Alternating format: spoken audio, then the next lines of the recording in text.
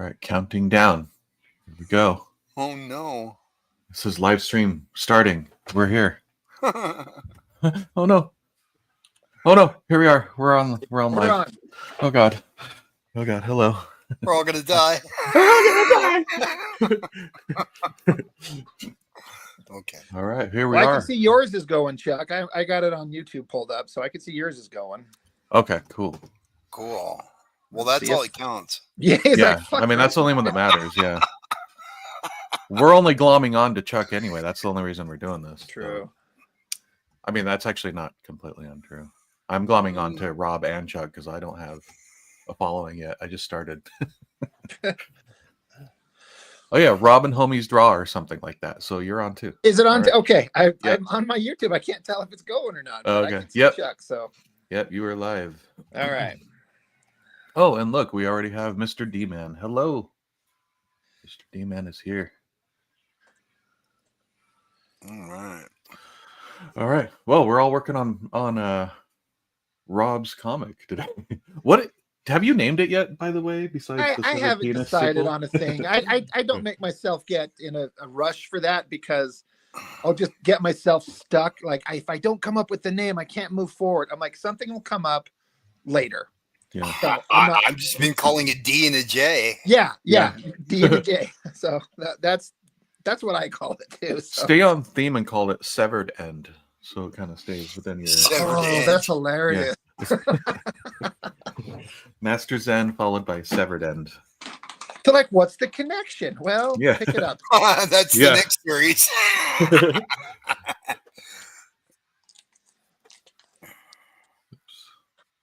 Let's see. All right.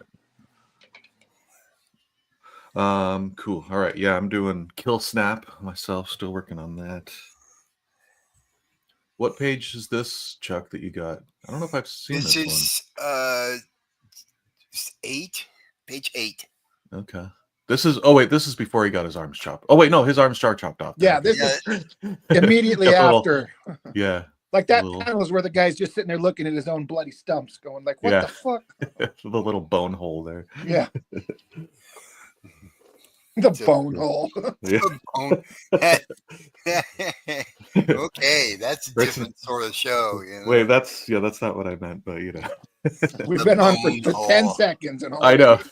Well, we should have known with the green room conversation we had going, you know. Well, that's like it sounds like the name for a swingers bar. Yeah. The bone hole. Yeah, the bone hole, yeah. Hey honey, you want to go down to the bone hole? Yeah, you don't have to tell me twice. Like that's why I married you, baby. Okay.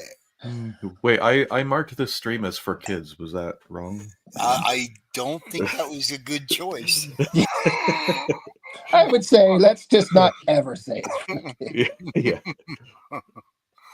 No, I mean, let's see. Mr. D-Man is at the library because of his shitty apartment has no Wi-Fi. Oh, that sucks. But library Wi-Fi is okay. If you can stand the bums jerking off next to you. I guess it depends which one you're at. They don't let them in the one. They're just outside at my library. Oh, excuse me, the unhoused. Yes. That's what I should say. True. The unhoused bums jerking off Yeah. next to you. That actually does happen here. Well, not at the library, but like there's a it's not CVS, it's another convenience store like that closed down. And closed down a couple years ago.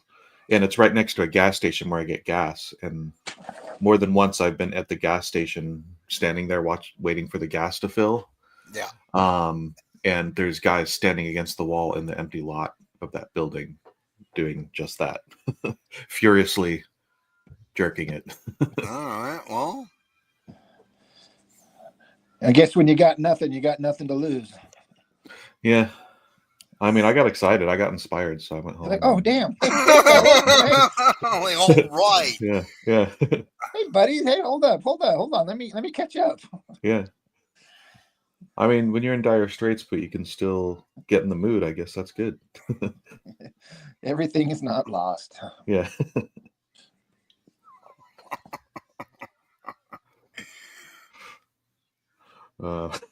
Anyway, The spirit of the city is still alive.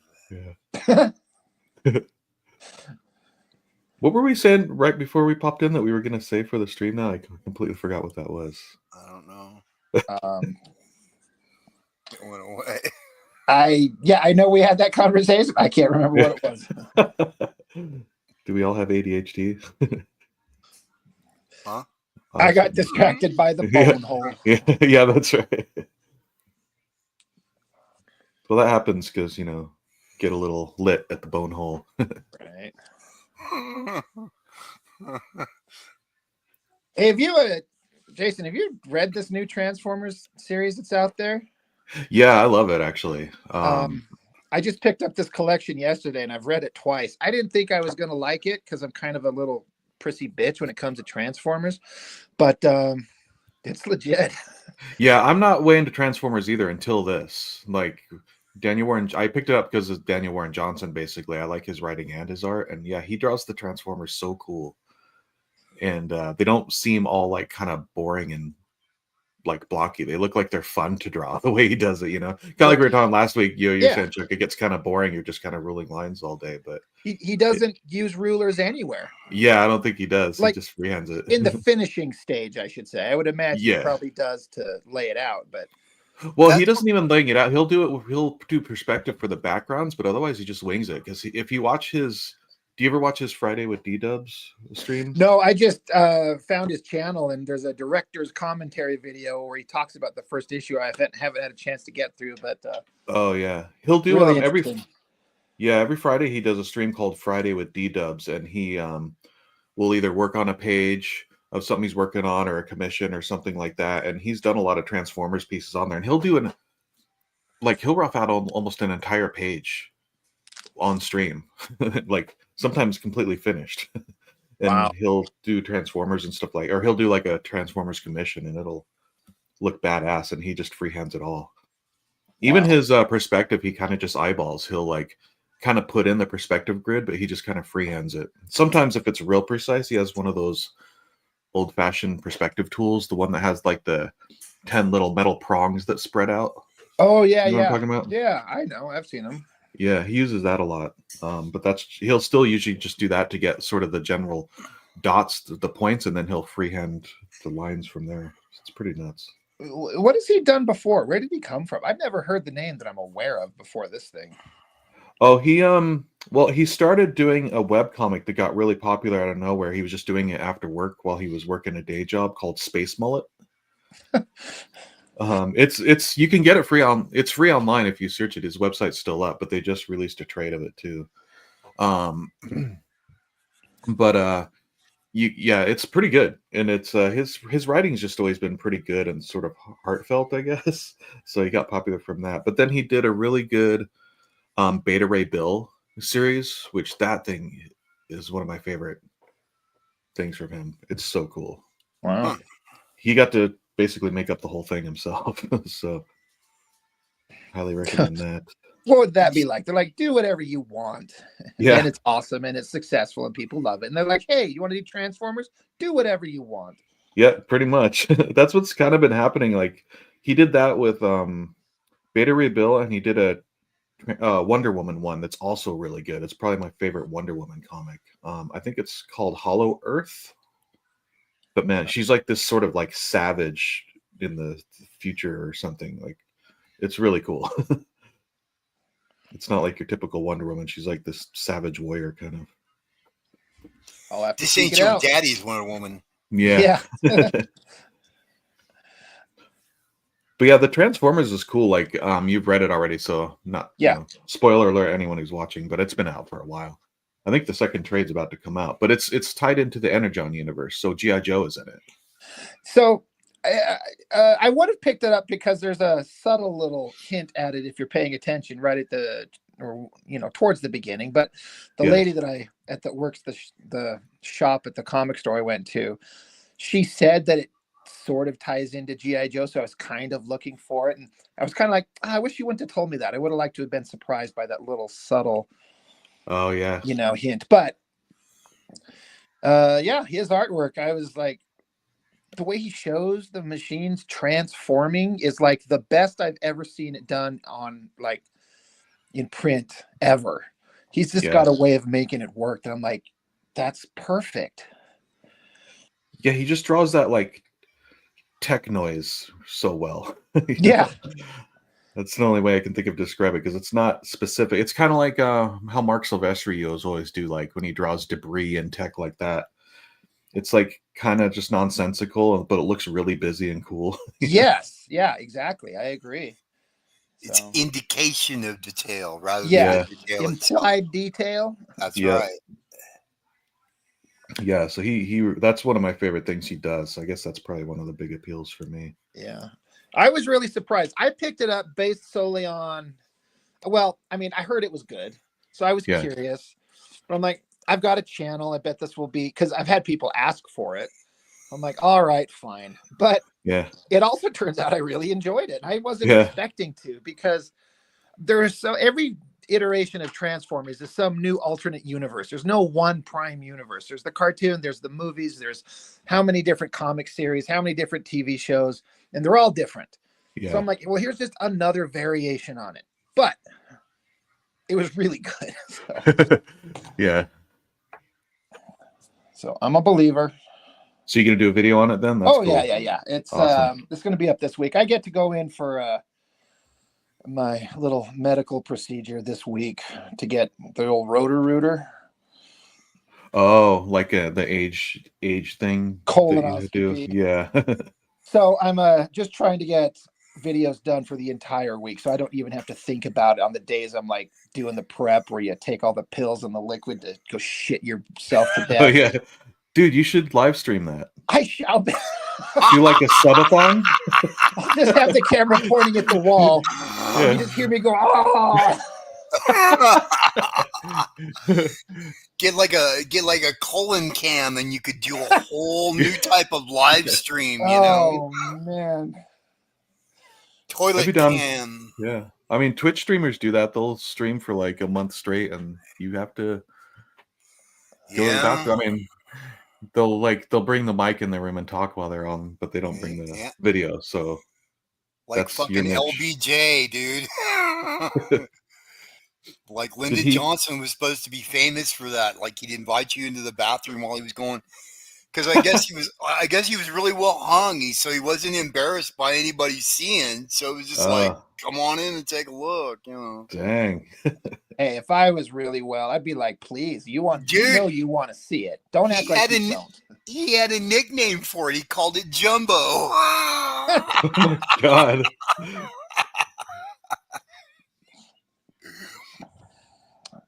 See, That's that's how you make America great again. You bring in some of that BDE, There you go. big dick That's energy. what you need, man.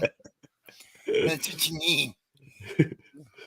You get Pete Davidson on the cabinet.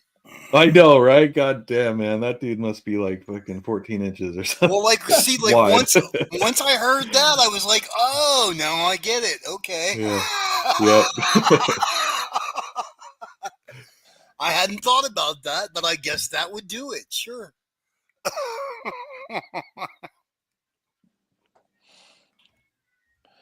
But yeah, I'll definitely be doing a video of that. I haven't recorded it yet. It's like the next in line. Okay. Because then it's like 6 issues, so I'm trying to like make sure I've got a good handle on the basic story, so I can kind of verbally zip through it quick enough without spending forever on it. Yeah. Yeah, like it's got, I don't know, his stories have great action, but they also have heart. You know? So Yeah. Well, sometimes that there's can some be really stuff cheesy. like, I mean, a freaking Transformer Starscream picked up a human and just squished him like a pop him like a pimple, and I was like, Oh yeah, oh, that that's construction brutal. yard, man. Yeah. That's what they would do. That's pretty brutal. All Yeah. right. Yeah, I think that's definitely an angle he took too that I'm not used to seeing, you know, like showing how fragile and helpless humans are to them, you know. Right. Yeah. Like instead of just saying it, you just see it. Yeah. Squish. Yeah. It literally, like, it's one of my favorite panels in this book. Let me find it. Because Starscream's just like, what's this? He's like, Yeah. he's like, oh, All right. Can you One say of that the- with the Starscream voice? Yeah. Right. Like right here's that shot of Yes. Starscream, and it just says squish in sound effects, and Yeah. he's just having a great time. I'm like, oh, Great. Yeah, the panel right above it with the guy screaming is great. yeah. Oh, Yeah. It's What like- I've been looking forward to is G.I. Joe, man. I heard a good review about that like yesterday or today. Of the regular series, yeah, Yeah. I got the first issue. It's good. Wes was talking about it on Thinking Critical. It's got one of my favorite, more recent artists, Chris Mooneyham, doing it. Yeah, the art's Guy great. draws like Klaus Janson. Yeah, it's very clean, too. Yeah, I liked it. It's I've only gotten, I don't know if there's more issues. I've only read the first issue of it so far, and they also did a Cobra Commander sort of origin trade last year that I got. It's Cool. sort of a precursor to that, and it was pretty good too. Well, I guess they've had a couple series. One of them is Paul Pelletier doing the artwork, and then the other one is Chris Mooneyham. So I guess they're doing story arcs and just hiring a different artist for each story arc. Okay, because that makes sense. That's kind of what they're doing with Transformers. Because Transformers, I think Daniel Warren Johnson did the first 6 issues. That yeah, I first saw that he's trade. not drawing the next batch, which I was kind of disappointed to hear. Yeah, he's still writing it though, and I actually really like the artist drawing the second batch. So normally I'd be like, oh damn it, but I actually like the art in it quite a bit. I forget the guy's name off the top of my head though. You're like, he's really great. I don't know who he is. Yeah. I'll pick up the book and tell you. Actually, did the first trade just come out for that? I might have just picked it up. I just haven't read it yet. Let's see real quick.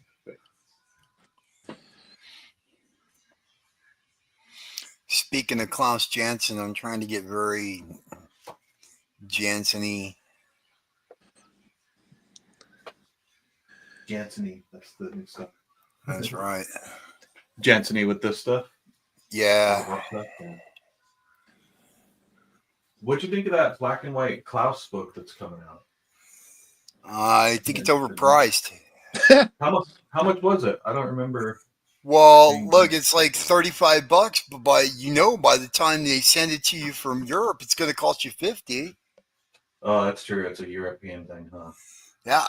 And I'm like, okay, well, I don't know.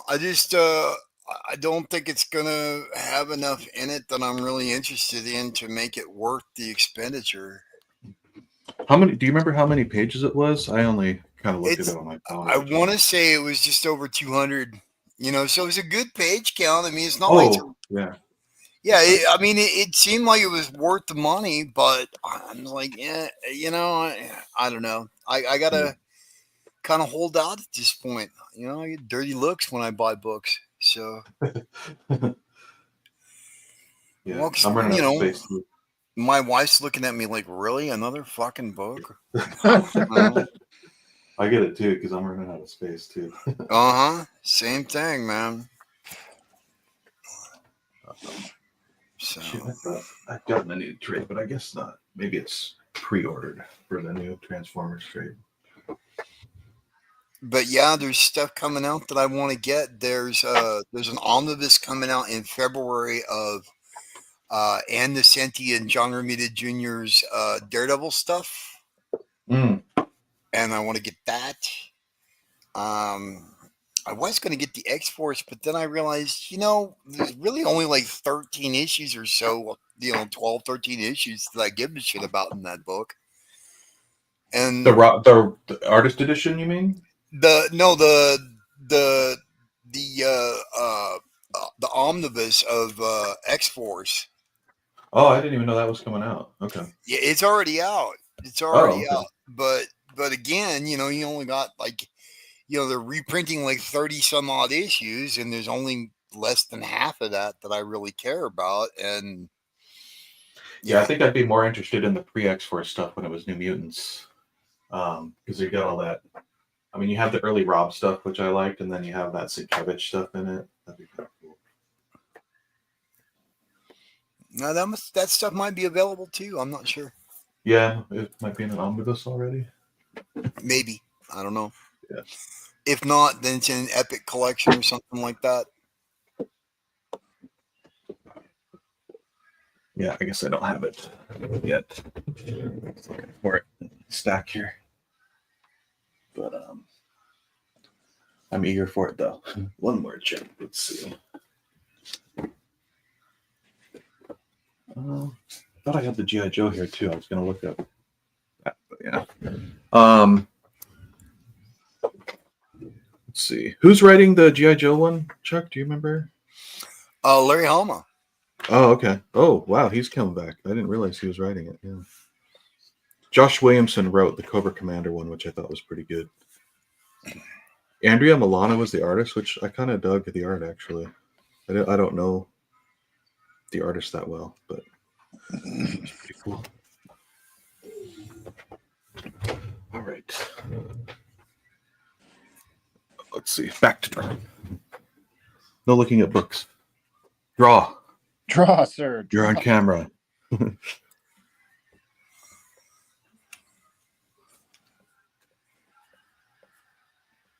Actually, I'm going to go back.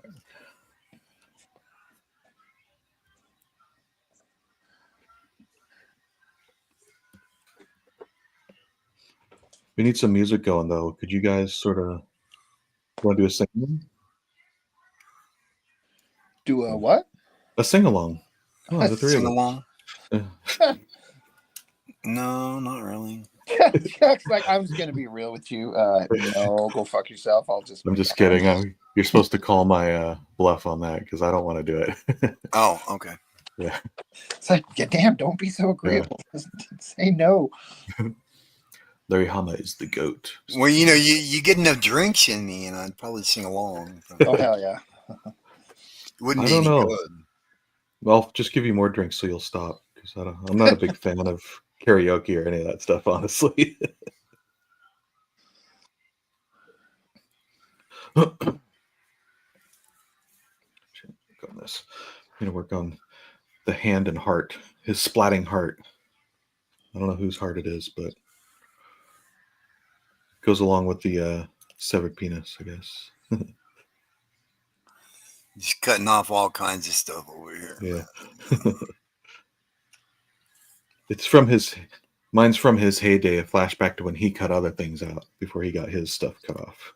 Have you guys been looking at Instagram today? Not today, really. Dan Goodwin's been showing off pages he's been getting at that convention. He's got a couple of Sam Keiths that looked way cool. Yeah. That man's Oh. got some money to spend. I guess. I was like, oh shit, I should have charged Dan more money, I guess. Oh, did he buy some pages too, or did he get a commission? He bought that pit piece that I was inking when we were live streaming, when I was live streaming a few weeks back. But Yeah. But yeah, he bought that pit piece. But I'm like, geez, got money for Sam Keith pages. I should have charged him more. Yeah, he's been posting a lot of pages he got. I was like, holy crap, man, he's a collector. Yeah. Hey, good for him. Good for him. Yeah. Enjoy your money. You don't get to take it. So This is the moment where he should show up and chat. But he's there you go. Blowing it. Like, what the fuck, guys? That's it. Yeah. Like talking shit about me? What the hell? Yeah. Well, he bought 6 pages off me last summer. Oh wow. And I don't know what to ever ask, because I'm like, my shit ain't worth anything. And Chuck, you've kind of given me some advice on how do I go about, here's what you should do. This is what you should, and I've taken that to heart. But at the time, I was like, he wanted 5 pages. I was like, how about $50 a page? And he laughs at me. He's like, how about I pay you $600 for all 5? Oh shit. Yeah. Nice. And I was like, are you sure? I was like trying to talk him out of it. And I was like, we're negotiating in reverse, aren't we? And he's laughing. I was like, and so that's what bought me my scanner, Oh, sweet. half of that money. So now I have a scanner on site. And then I bought that Jim Lee art book, and then the McFarlane one, and the John Byrne artist edition. That's what funded all of those. So I was like, Oh, nice.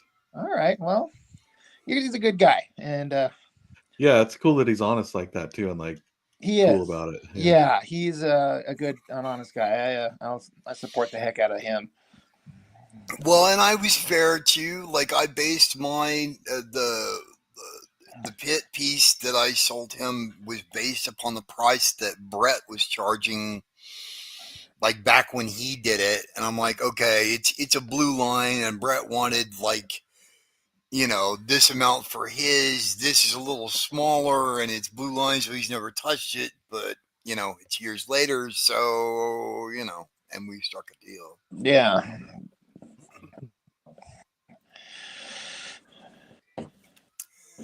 But I tried to play reasonable with him too. You basically, you know, I don't want to scare anybody off. I don't, you know. Right.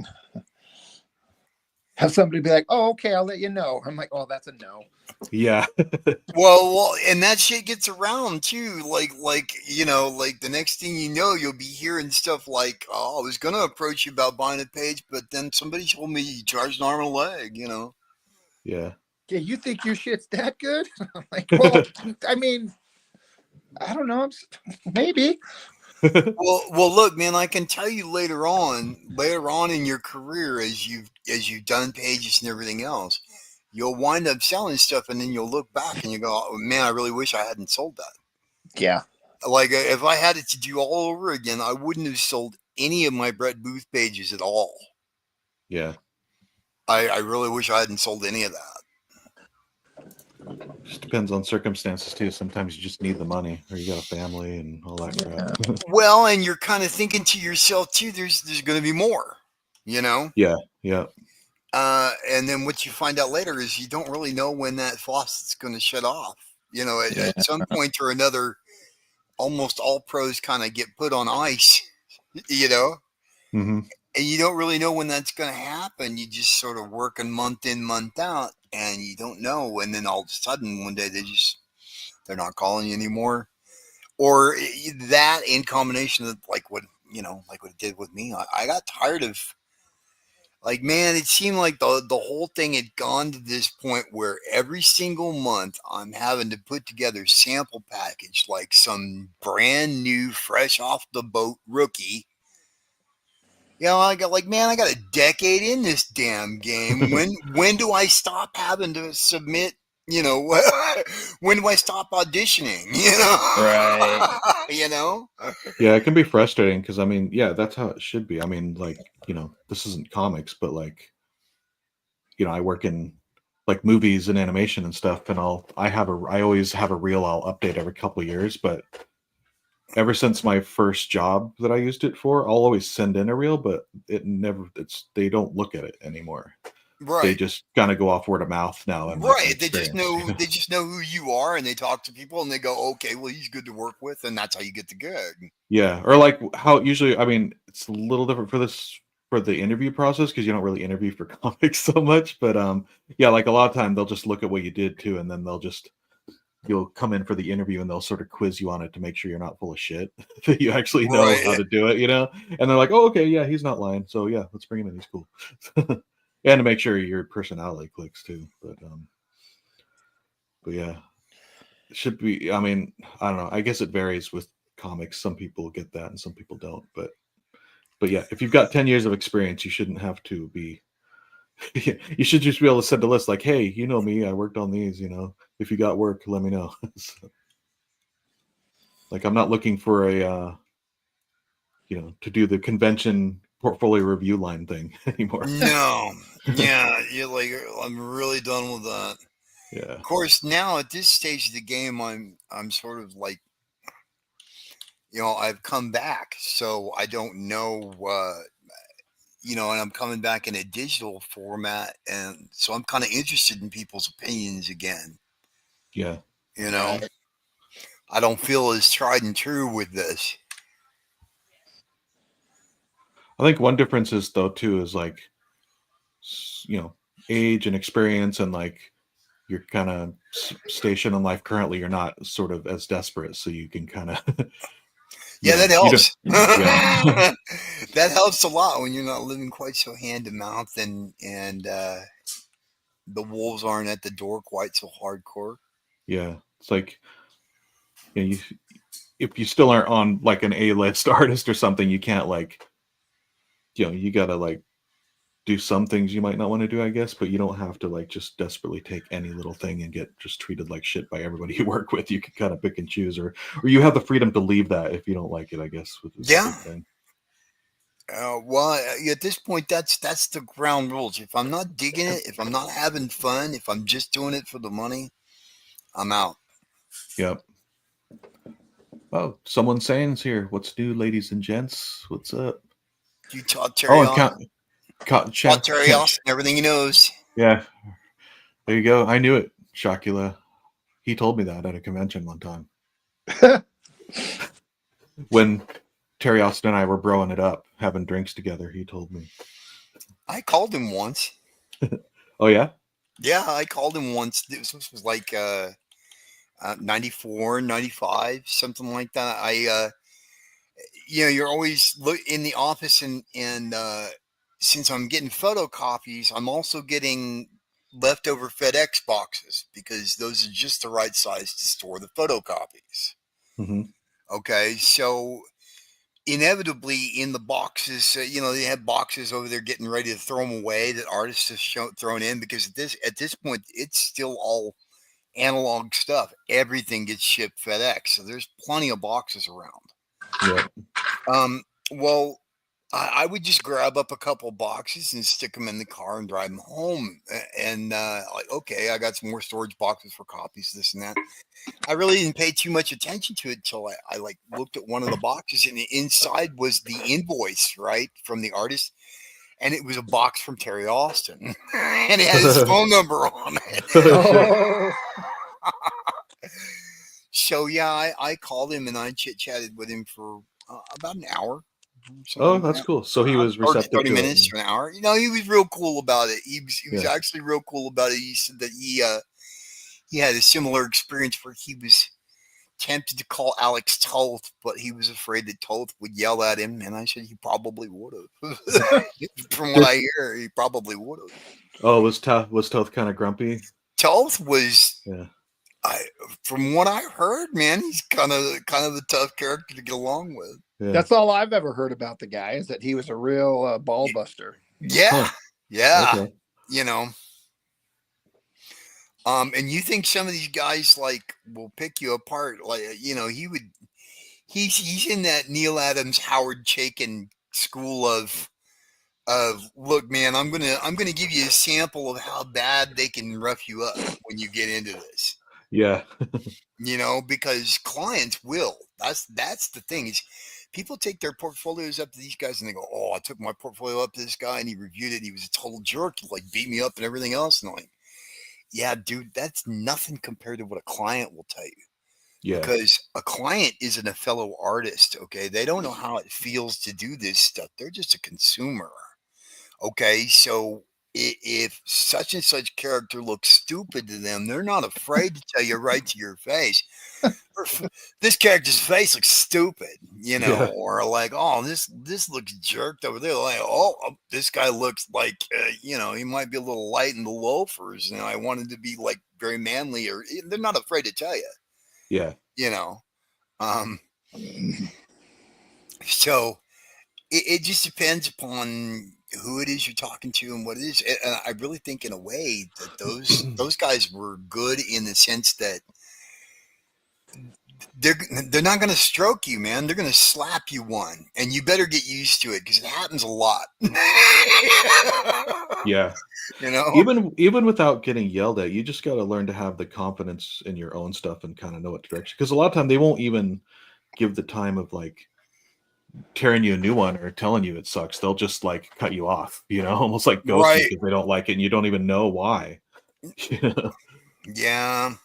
You gotta, you might know why, but you don't get to ask them about it or plead or negotiate like, oh, I'll do it better next time. You just gotta know that like, well, I will do it. I have the ability to focus and get better and do it better next time, or avoid that from happening again. Well, and a lot of times too, dude, is they just get tired of telling people the same stuff. I do that with inking. Oh yeah, especially in comics for sure. You know, people ask me for inking advice all the time, and they're always missing the same stuff. Like, look, man, your stuff is flat. You got no variation in line weight going on.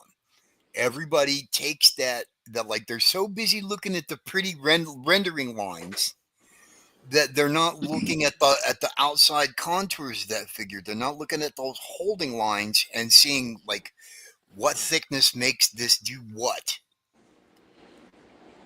Yeah.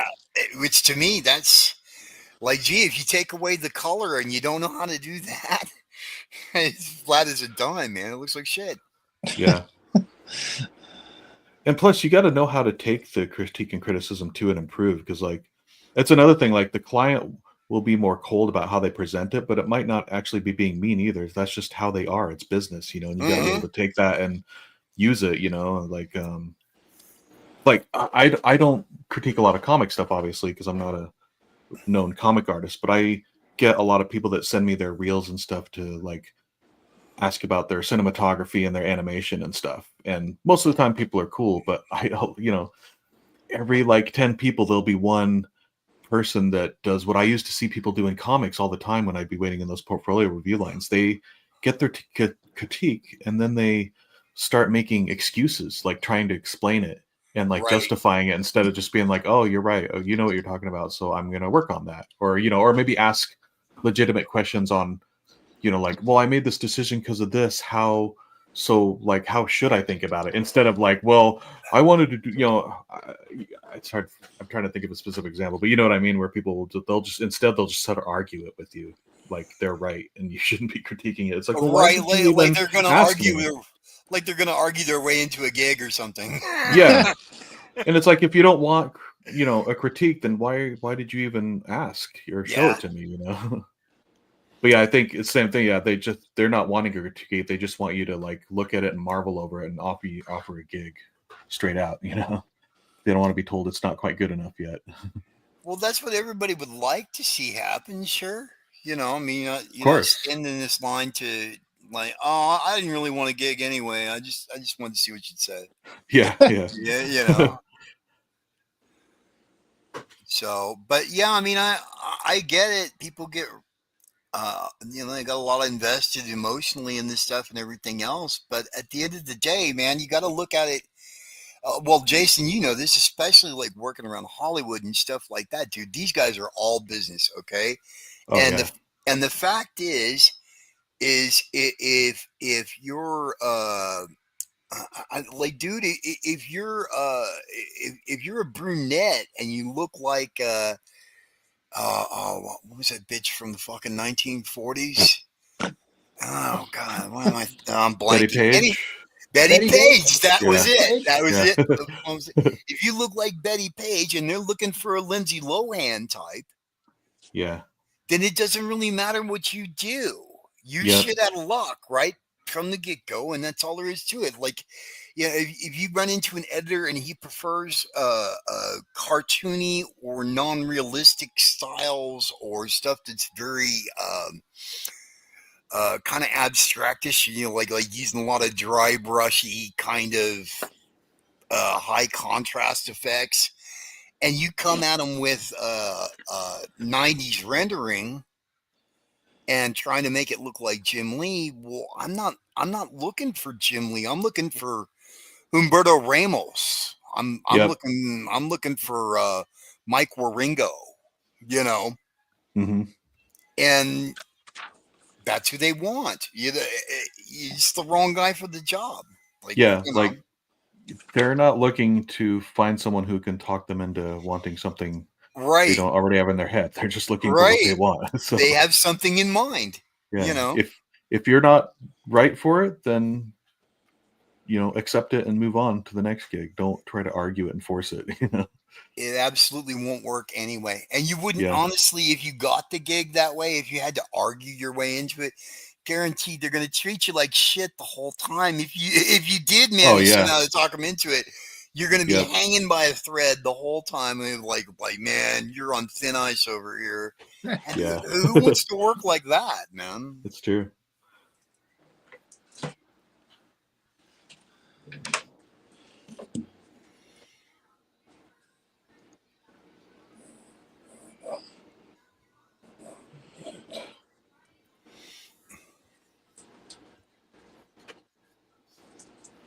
Speaking of Jim Lee, and one of my favorite covers, somebody put on my channel that the original artwork for this thing right here sold like 2 years ago for $100,000. Holy crud! That's not surprising to me. Oh no, not considering the amount of money that he can command on the original art aftermarket. It's insane. Well, you know that Uncanny X-Men cover with Captain America and Black Widow and Wolverine, that first issue of his continuous run. Yeah. That one went for over $500,000 just a few years ago. Wow. That makes sense. That's my favorite cover by him, I think. Oh yeah. Each one of them. I felt bad though, because like Scott Williams used to own that cover, and like they thought that they'd made a big score back in the 90s. Like it was right around the time that I got there, in fact, and they were all happy. You know, like Scott Williams was all happy with himself, and it was like kind of the talk around the studio that, you know, that Scott Williams had sold this cover for like 1,000 or 1,500 or something, which at the time was like holy shit, awesome prices for original art. But then 30 years later, now it's $500,000 piece. Yeah, I would be so pissed. Didn't you tell me you actually held the original to that once, Chuck? I believe that is one of the ones that I have a photocopy to. Maybe it's a copy of a copy. I'm not certain, but there are some of those pages out of that Jim Lee book that I have held in my hands. That I did hold the actual page and look at it and make a photocopy. So cool. That's so cool, man. You know, like the other stuff too that you wouldn't expect to see in there that Scott Williams had in his piles. He had a bunch of pages from those Punisher issues they did with Eric Larson and with Wills. Oh, dude. Oh my God. I have the Will stuff open on my desk right now as we speak. Yeah. The Essential Edition. Yeah, I've got that one too. Yeah, if you've seen that, that's the thing about those Essentials. Most of those reproduced pretty well. So yeah, I love them, and that's the stuff that got me into comics, and then I pretty much learned to draw from is that Scott Williams Punisher stuff. I mean, nothing will ever be better than that for me. I enjoy that stuff quite a bit too. Yeah. I did recently. I got the other Punisher Essentials so that I could get some of that Eric Larson stuff too. I didn't actually like Eric Larson's work on it at the time, but now going back, I actually really love it. I like Eric's stuff on that Punisher fairly well. I like Scott's stuff better. You know. Yeah, it was such a big contrast from Wilson, like Jim Lee on Punisher War Journal when he jumped on. I was just like, oh, I don't like it. You know, I think it's the same thing as maybe you talked about this in your video, Rob, talking about how like when you're younger hated Walt Simonson, or not Walt Simonson, the Hellboy guy, Mignola. Yeah, like a lot of people hated his stuff earlier on, but then they learned to appreciate how amazing it is later on. Yeah. You know? Is it Walt Simon that said he has all of his original Thor stuff, or am I thinking of someone else? Walt Simonson does not. Yeah, Simonson doesn't sell pages at all. So yeah, that's why he has the most essential editions too. Like he has all his Alien stuff he did. He has all the Thor stuff. Him and Eric Larson, I don't think ever sell anything. I understand Larson will trade you now if you have something he likes. Oh, that'd be cool. Like he traded one of his Savage Dragon issues for a Jack Kirby issue. Yeah. Oh yeah, I've heard he'll do that. He likes to keep it together as an issue, though. Yeah. Yeah. He said famously that he wouldn't sell any of his Dragon stuff, but on the last Cartoons Kayfabe interview with him, they said, we understand you don't sell Dragon stuff. And he's like, I used to not, but then he's like, it's piling up. I'm getting old. My kids don't give a fuck. So when I die, he's like, I'd rather some of it be in the hands of people who appreciate it. So he started to part with some of it. Yeah. Which I think that's a reasonable, like, well, why not? Let's make some money. I would love to just visit his office and just see those stacks of 200 issues of Savage Dragon pages just stacked everywhere. Oh geez, I just picked up the most recent one. It's let's see. What the Savage Dragon is arc the most recent one. Oh yeah. Yeah. God damn. It's a 100-page issue for $10. It's Oh man, yeah. I remember him posting about that. He was trying to choose between 3 covers, and that was the yeah, one he yeah. chose. Speaking of Eric Larson, I had an extra McFarlane Spider-Man artist edition I'd gotten, and I'm gonna actually trade that at my comic shop for. Well, he offered to trade it for another artist edition of some sort, which I hadn't picked one yet, but I think I'm gonna get the Eric Larson one to trade. Well, yeah, why not? If you got an extra one of the one, why not trade Yeah. it up for? I've been tempted to get one. They've got them over on maybe I shouldn't say. Yeah. They have them for half price at a site that I've dealt with before. Oh, I think I know what you're talking about. Yeah, it's Well, somebody tell me off camera because I like Yeah. like $75 they're letting them go. Yeah. So I was like, I kind of like, well, at that price, maybe I'll get one. yeah. Maybe I'll go get a cheaper one there too, and maybe I'll save the trade for like the Liefeld one coming out, like a newer one, because the Spider-Man's worth a little bit. The McFarlane Spider-Man one is worth probably like $150. So I'm sort of on the fence with the Liefeld one. I don't know if I'm going to get that one or not. yeah. I thought you said you'd already prepaid for it on that. No, they have it for prepay. Oh. I was thinking about it, but Okay. Yeah. I prepaid for it on Amazon myself. So yeah, that's what you're thinking of, probably. Yeah. yeah. I just like I'm not as into it. Oh yeah, Count Chocula wants the Paul Smith one. Yeah, I was tempted for that. I saw it in the comic store too, but Paul Smith wasn't quite strong enough to like, because I have to be really picky with my artist editions now too, because they're too hard to look at and I don't have room. So That's Yeah. where I'm at with it too. I'm just Yeah. like, man, these things are too big. like I enjoy reading Paul Smith, but I don't like draw like him or like feed off his art, for my own stuff, which is partly what I'll get the artist editions for. Like Eric Larson, I'll just stare at those inks all day, especially on that early Savage Dragon stuff. Yeah. So He did do a good job on that first series. Eric Larson, Yeah. yeah, That first Savage Dragon miniseries and that Sinister Six run that he did on Spider-Man, that's my favorite Larson stuff. yeah, that Spider-Man stuff is great too. That would be a cool one to have an artist edition for. Or Yeah. I want artisan editions though. I can fit those. Which actually is kind of a big contrast because it was just a few, I don't know, several years ago, I actually quit buying a book because Larson took over doing art. Oh yeah. Yeah, when he took over, they had Steve Lytle, the guy that did those classic X-Men covers that Rob likes so much. Yeah. They had Steve Lytle, and he was doing Doom Patrol over at DC. And I don't know what happened. They stopped having Steve Lytle, and then instead they like stuck in Eric Larson, and the contrast in art styles was just too much. Yeah, I'm like, oh fuck this, man.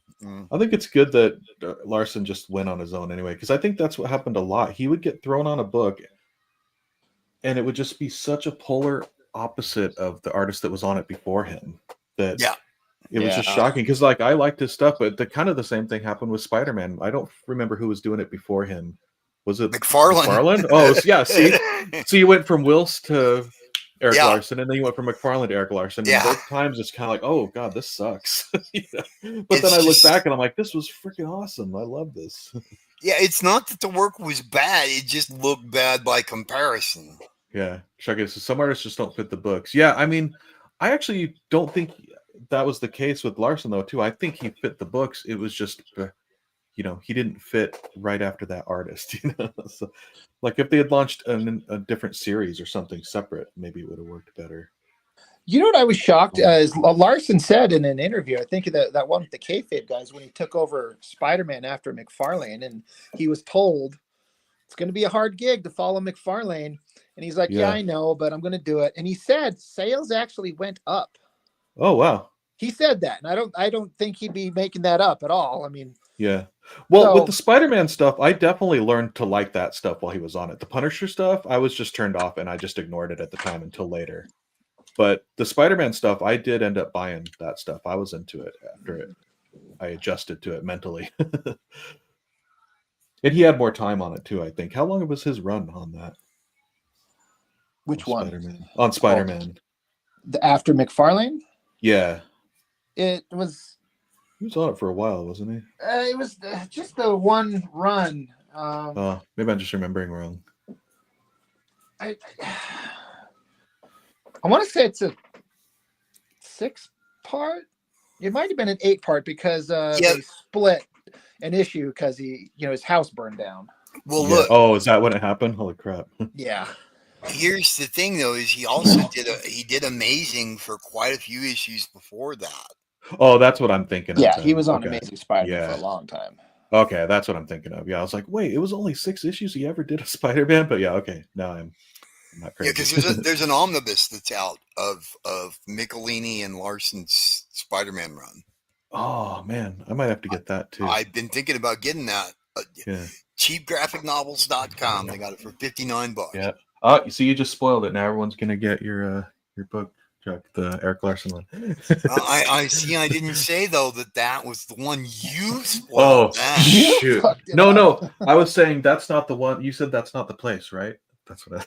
Yeah. Nice save, man. Yeah. Actually, if you guys, I'll be back in 2 seconds. It's getting dark in this room, and I need my phone to turn on the lights. It's like you turn them on through the Wi-Fi. 1 sec, I'll be right back. Okay. We'll all listen intently to your activity. Right.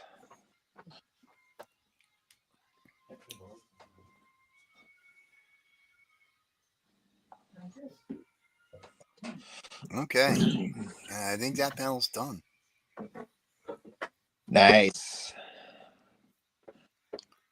Yeah, what's funny is I was going to say, I did send that page to you, but then I looked at it and realized I hadn't finished the second panel where he's stabbing him in the dick up against the wall. I was going to scan. I'm like, oh shit, I didn't finish this. Son of a. Okay. So I sat down and kind of rushed through it a little bit. If it's a little rough, I assume you can kind of interpret it just fine. That's okay. You're like, all right, Rob. And then that big face shot, I was just kind of like just channeling like McFarlane's Wolverine on that Spider-Man run. Just this big close-up of his face and tried to make him look insane with rage. I don't know. I'm just screwing around with some expressions on that page, trying to give it a little bit of sense of humor.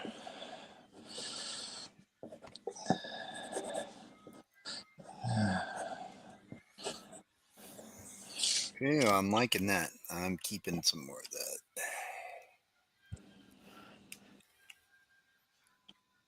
that. I'm looking at that. It looks awesome.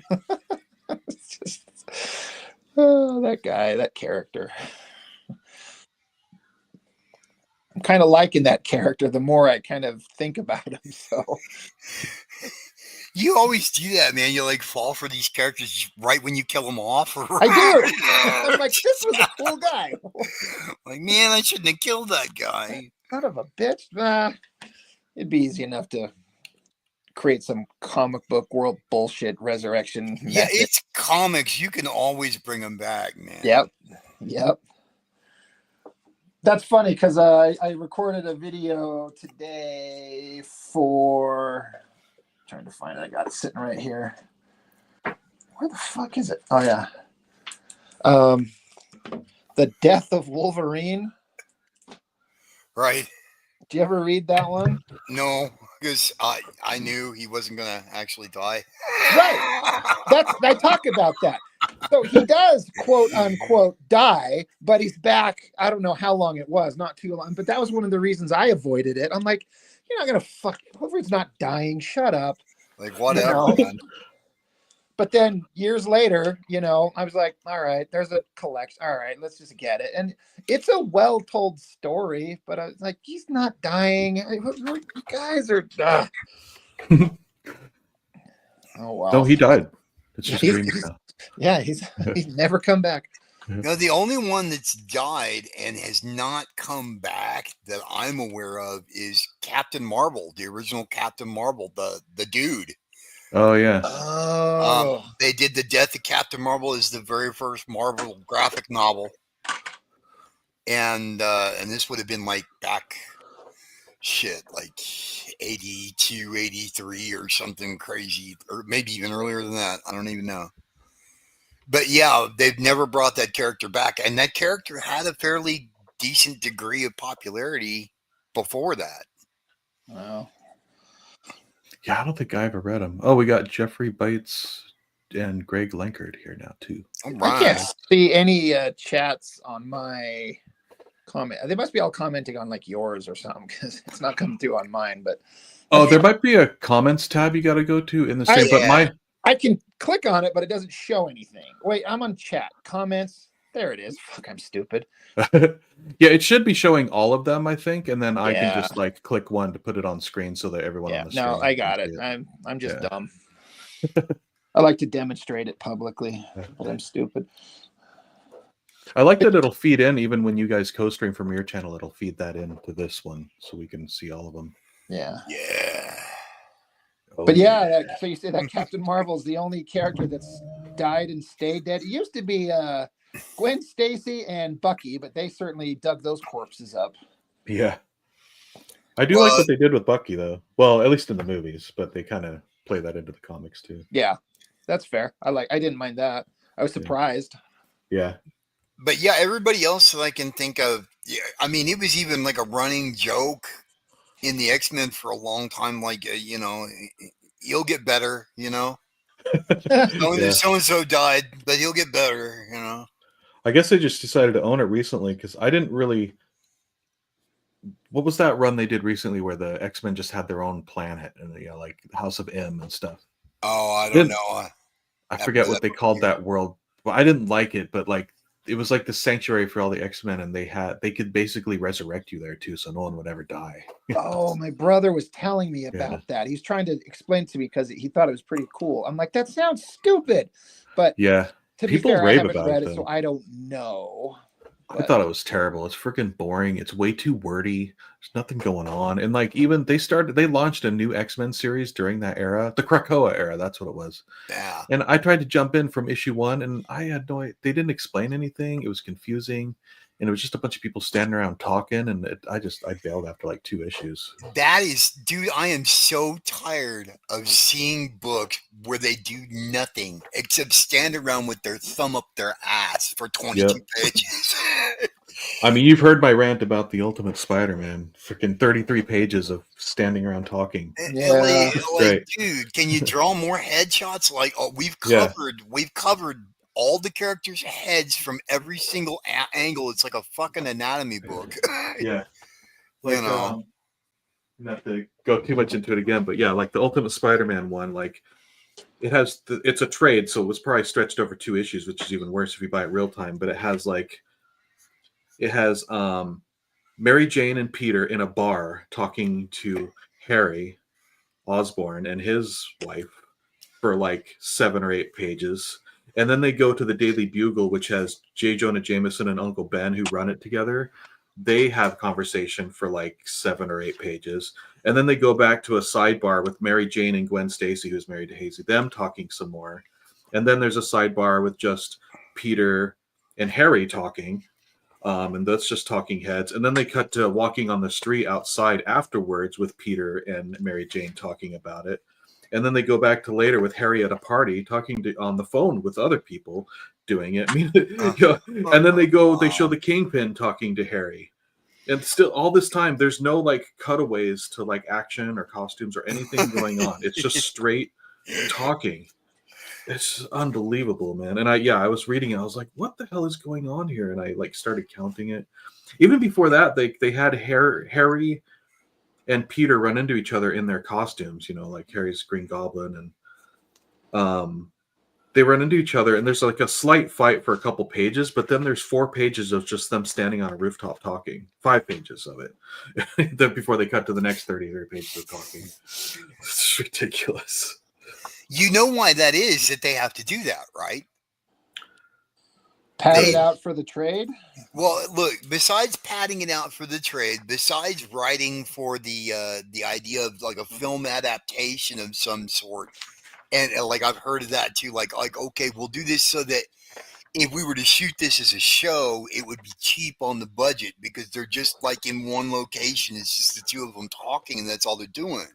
Oh yeah. Okay, there's no special effects. We don't have to change scenery, which means you don't have to break set and move everybody and all that shit. So you literally have people like trying to think of the TV adaptation when they're writing the comics. That's part of the problem right there. Yeah. But then the rest of the problem is they took away the thought balloons back in the Image era, and they've never brought them back. And most of these guys can't write without the thought balloons. Without the thought balloons, you have to do everything in speech, as every bit of exposition that you need to do for the reader to follow along, somebody has to say it out loud or they don't know. Yep. We've got someone from Uruguay here, Silvio Texera. What's up? Hey, yeah. Silvio Texera.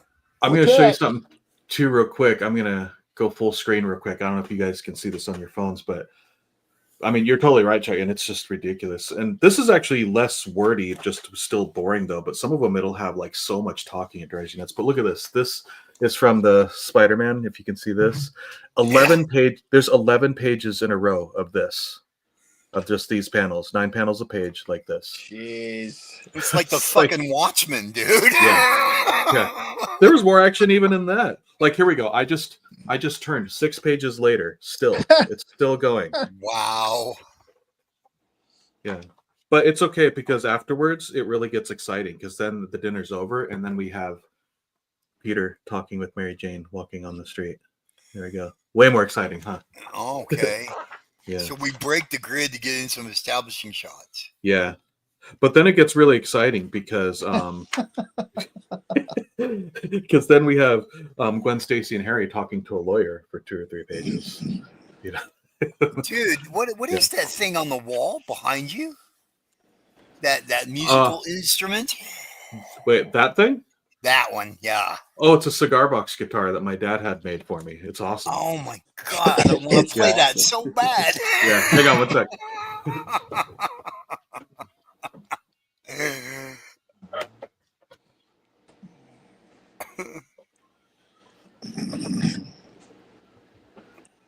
Yeah, this guy that lived across the street from my dad makes them custom made for like big musicians and stuff, and he had one made. But yeah, it's from an authentic cigar box. It's 3 strings. That is so cool. Yeah, it's one of a kind too. Play the tune. Really good quality. Give us a few strums. There we go. See? There you go. Well, the unique thing about cigar box guitars though too is like the strings are a lot farther apart, and the way they're tuned is it actually tends to sound best playing it with a slide. Yeah, that's what I was gonna say. You should try that with a slide. Yeah, I do play it with a slide. I haven't tuned it in a while, so it's like way out of tune, and I don't know where the slide is off the top of my head. I'm rusty, so I'm not gonna play live on stream out of nowhere. Okay. Well, that's good. No balls. Yeah, next time let me practice. Yeah, I've heard you play before. I'm not sure it'll help. Hey, all right, you're banned. You're banned from the stream. Remove. Where's the remove button? Hey, you saw the sword I got from Blizzard. Don't make me pull that out, bro. That was really cool. That was really cool, man. Yeah, that thing's awesome. Actually, here, hang on.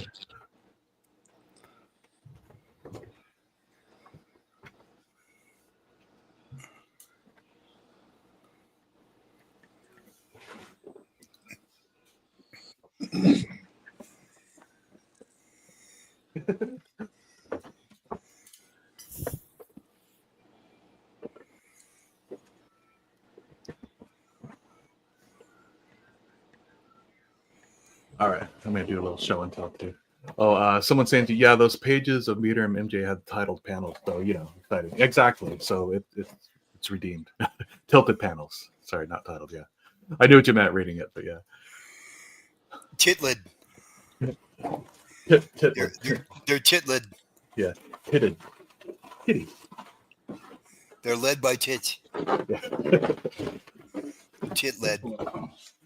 So yeah, you guys kind of saw it, but I'm gonna do a little show and tell here. Let me go full screen again.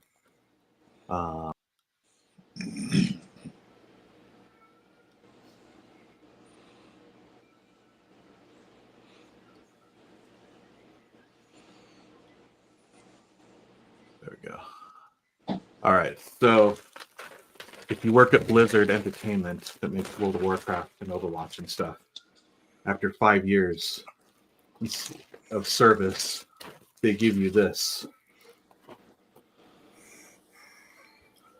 There we go.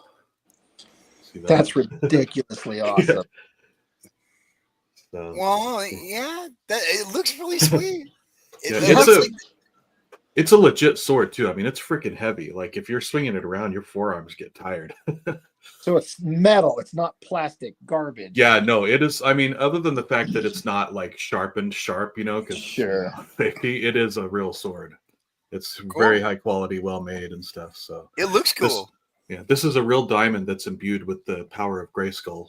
Nice. Is it? Right on. Yeah. Does it give you sight beyond sight? It does. See here, sight There you beyond go. sight. That's what I was thinking about. Yeah. Thunder, Thundercats. Oh, I'm combining all the Don't- 80s cartoons now. Don't say that, man. That's sexist. Yeah. Why? What? The Thundercat hoe. Oh. It's offensive, slut. Yeah, but I mean, Lionel was a total hoe. How do you think he supported the team? When after he defeated Mumbo. I saw in your drawing what he was doing with Panthro. That's right. That's right. He looked like he was behind him, mounting him in an inappropriate A little manner. bit. Yeah. A little bit. Didn't I hear you say that after a couple more years you get a shield and a helmet or something? Yeah. In 10 years you get the shield to match it, and then at 15 years you get a ring, and then at 20 years I think it's a helmet. Yeah. And then at 25 Jeez. years you get the rest of the suit of armor, and you're required to wear it to work each day. Well, then you're super old and can't lift any of it. Yeah, you're too old to walk around in it. Just sit in it. They give you a throne because all you can do is sit in it. Let's see here. Yeah, my job doesn't give away cool shit like that. I've never had a job that does that. This is like the only one, so I'm Yeah. Because like before this place, I'd never even had a job where they like give a bonus or any of that stuff. So, but I always had friends who did, and I was like, man, I want a bonus, or like some cool treat. They just buy us pizza because we worked 4 months of overtime. Right, exactly. Wildstorm didn't give you a bonus, but Jim threw a killer Christmas party. Oh, that's cool. I don't mind a cool Christmas party if they do that. It can be pretty good. Jim rented a party bus and with a fully stocked nice. bar. I mean, Jim, dude, yeah. Look, man, you talk to anybody in the comic history, they'll tell you Jim knows how to party. Yeah. Yeah. Nice. Yeah, Jim will party, or at least he used to. Yeah. Right. Well, yeah. Now he's like in his 60s now, right? I believe he's like 60, something like that. Yeah. Speaking of which, here's what you were talking about, Chuck. The oops, God, this stupid Zoom sometimes on Clip Studio. There you go. My Lino Yeah, Panthro piece. yeah. This is your we're- drawing? we're- I haven't seen this. Yeah. Can you go full screen on that? Oh yeah. Here, let's see. Can I do that? There we go. Yeah, Panther lets out a victory kick when he Yeah. busts his nut in Lino's ass. Yeah. Oh, that's good stuff, Chitara. Who's the Well, she's Thundercat smiling hoe because she's now? like, Yeah. I knew if I put them together that this would happen. Yeah, she's satisfied. Yeah. Like, use Her- the staff next. Yeah, her matchmaking skills worked. So-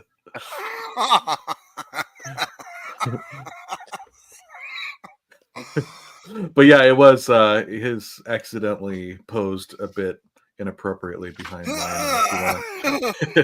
Well, Look, it might he even say a has the lot about the face. person looking at it and what they see. I mean, yeah, for sure. And of course, Chuck's the first one that said it, so we know what's on his mind. But, yeah. Like that's immediately what my mind Yeah. went to. I was like, oh yeah, it looks like he's like getting mounted right Yeah. there. This is Chuck's cum face right here. Oh, This is mine. Because I'm a little subtle smile. yeah, I'm like, oh yeah. Yeah. It hurts, but it hurts good. Yeah. And here's Rob's. He's like, I like it. I Yeah. like it. That's right. I'm into it. Oh, like I could watch this all day. Actually, this is Rob's right here, the statue behind. He's like, yeah. He's like, yeah. Yeah, do that shit. Do it. All right, anyway. We're gonna get kicked off YouTube. See, now the show should be rated for kids because it's fucking juvenile. Well, yeah, because we're talking about cartoons. Yeah, you expected a mature program, really? Yeah. Right. 3 comic book artists, right? Yeah. All well into their 40s at least. Wait, what? How old? You're that? What? I'm only I said- 22. Oh yeah. Oh, you're right. I'm just getting started. That's right. You were in diapers back in the day. I was when I was assisting you.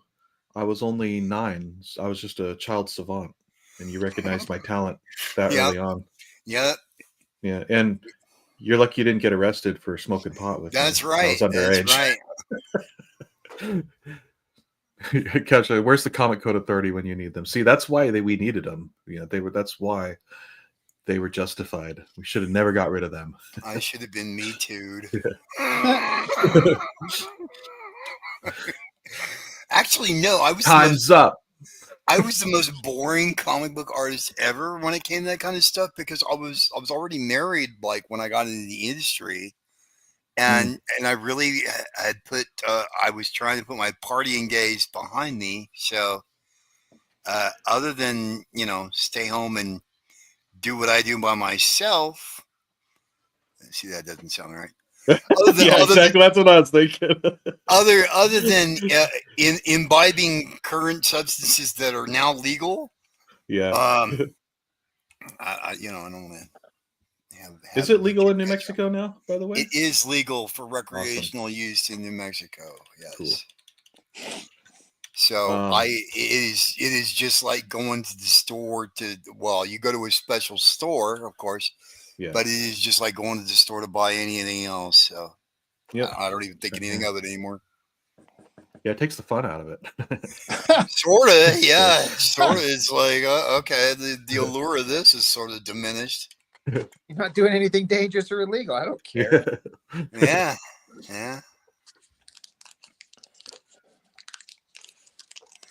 Well, and the thing of it is once you tried all the varieties of weed and stuff that you'd heard about all your life, like okay, I've tried the Maui Wowie and I've tried the Alaskan Thunderfuck and I've tried this and I've tried that, and all right, now I'm kind of over it. At the end of the day, it's all the same shit. It's all just weed. Yeah.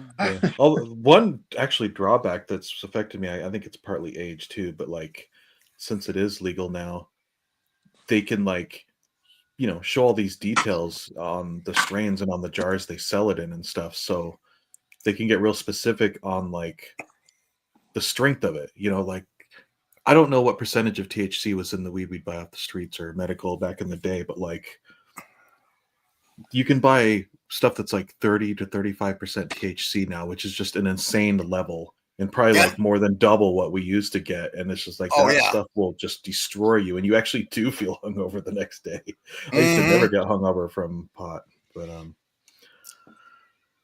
now you can. Yeah. Oh yeah. Yeah. And they say like, oh, well, you can't get addicted to pot and stuff like that. I kind of don't. I mean, I think you can have bigger consequences based on the strength nowadays, though, if you get a little out of control with it, just because it is so strong versus, back in the day when you were just buying it from a dealer down the street with their brick of Mexican weed that they got that's filled with seeds or something, Well, see, that's kind of why I switched over. Like once I found out that my dispensary here sells like shake for like half the price of the buds. Yeah, I just started getting that because I'm like, dude, that's the old swag prices anyway, and it's still like yeah, it's shake, but it's like stuff that's like 18%, which I know is probably 8-10% higher than the street stuff I used to get. So yeah. Plus, you're like doing cooking stuff with it, so you don't really have to worry about that, Yeah. It's more just when you're burning it is when that really matters. I do occasionally smoke some of it too, but Yeah. yeah, as long as you like you can take orange peels and throw it in there with it, and then the moisture from the orange peels leaches into the weed without it getting too wet, Mm-hmm. so you can keep it moist with orange peels for a long See, time. here he is, Chuck, the weed conservation king. That's right, dude. If it's I a learned weed hack, I probably know it. Yeah.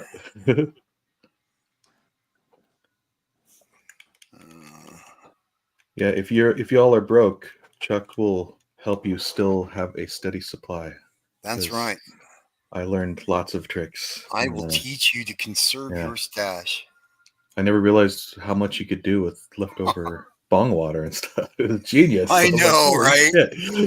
Recycling bong water. Yeah.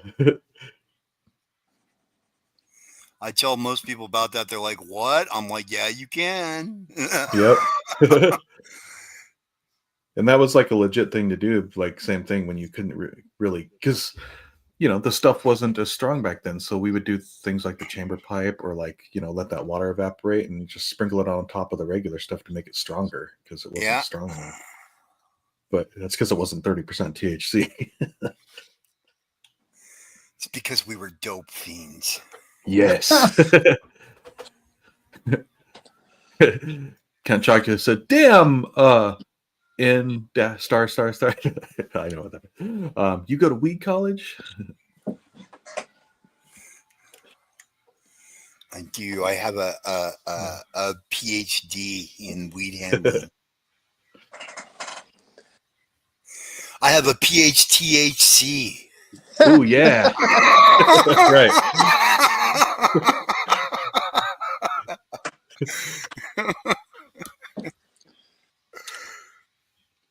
Can we see your certificate?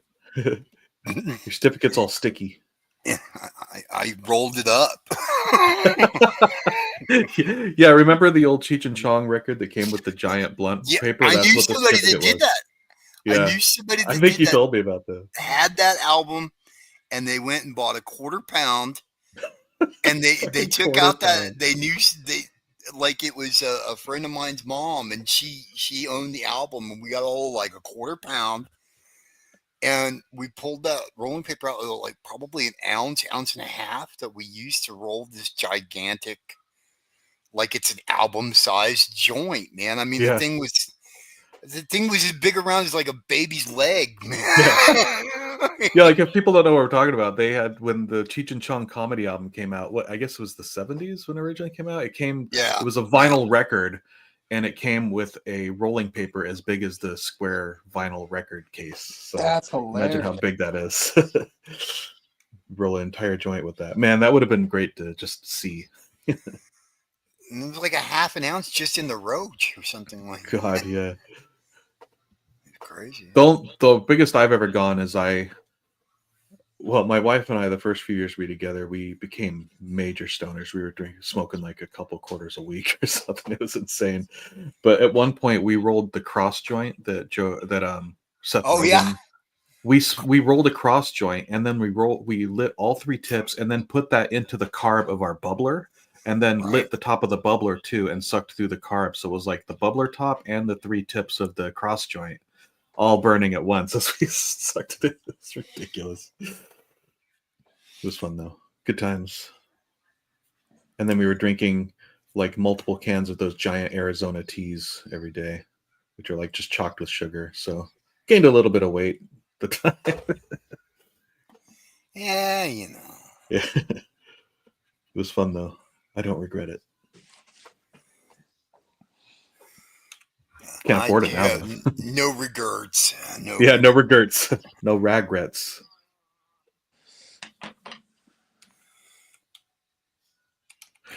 Did you guys ever see the movie Meet the Millers?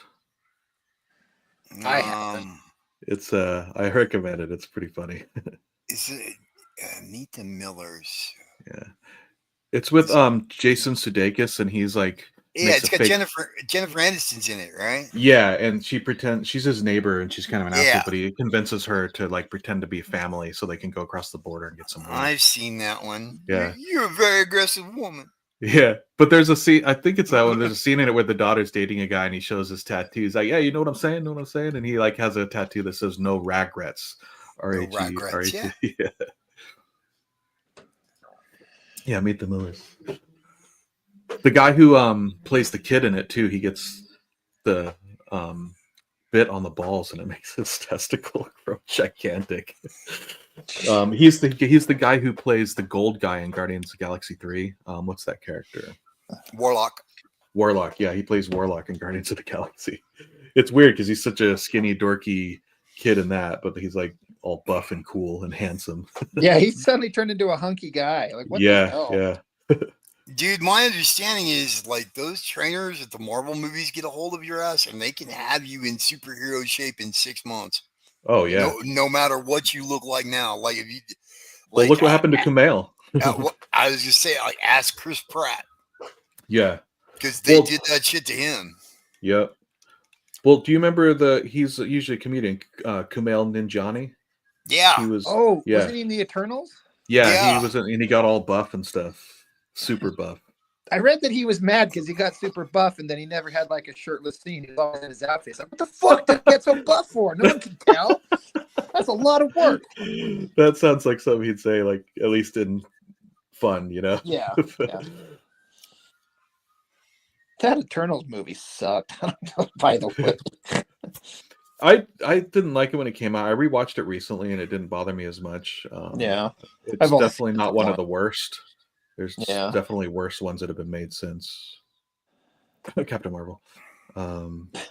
Cough. Yeah. That's where everybody jumped off. I didn't hate the last Captain Marvel movie, but it certainly wasn't good. But it wasn't like the one with the 3 different ones, or yeah. I was just like, all right, it was whatever, you know. Yeah. I tried to like it, but yeah, I never finished the third Ant-Man movie. It's like the only Marvel movie I couldn't even get through once. Oh, see, that's funny because I love that one actually. The third one? Yeah, really? I know I'm in the minority there, but I love it. I love all the like crazy creatures in it and the quantum realm and stuff. Yeah. I just love all that stuff. I really enjoy it. I even liked Bill Murray's ridiculous character in it. But yeah, I know a lot of people don't like that one. Yeah, see, I jumped off the MCU when they did the first Captain Marvel. Like, I didn't finish the Avengers series because they were like, nope, you got to watch Captain Marvel in order to be able to understand what's going on in the last Avengers movie. And they're like, well, then fuck you guys. I guess I'm not watching the last one. Oh, did you never watch Endgame? No. Oh man. That's pretty cool. You don't need to watch Captain Marvel, but I would recommend it. I think it's a good film. It's good. That's kind of it was like the last one that was really good, I think. I've heard that one was pretty good, and I've thought about it, but then it was so long, and it was like, okay, well, I've gone this long without it. I'll just blow it off. Yeah, I mean, I wouldn't go in cold if it's been a while. I would go back and watch. What's the one right before it? Infinity War.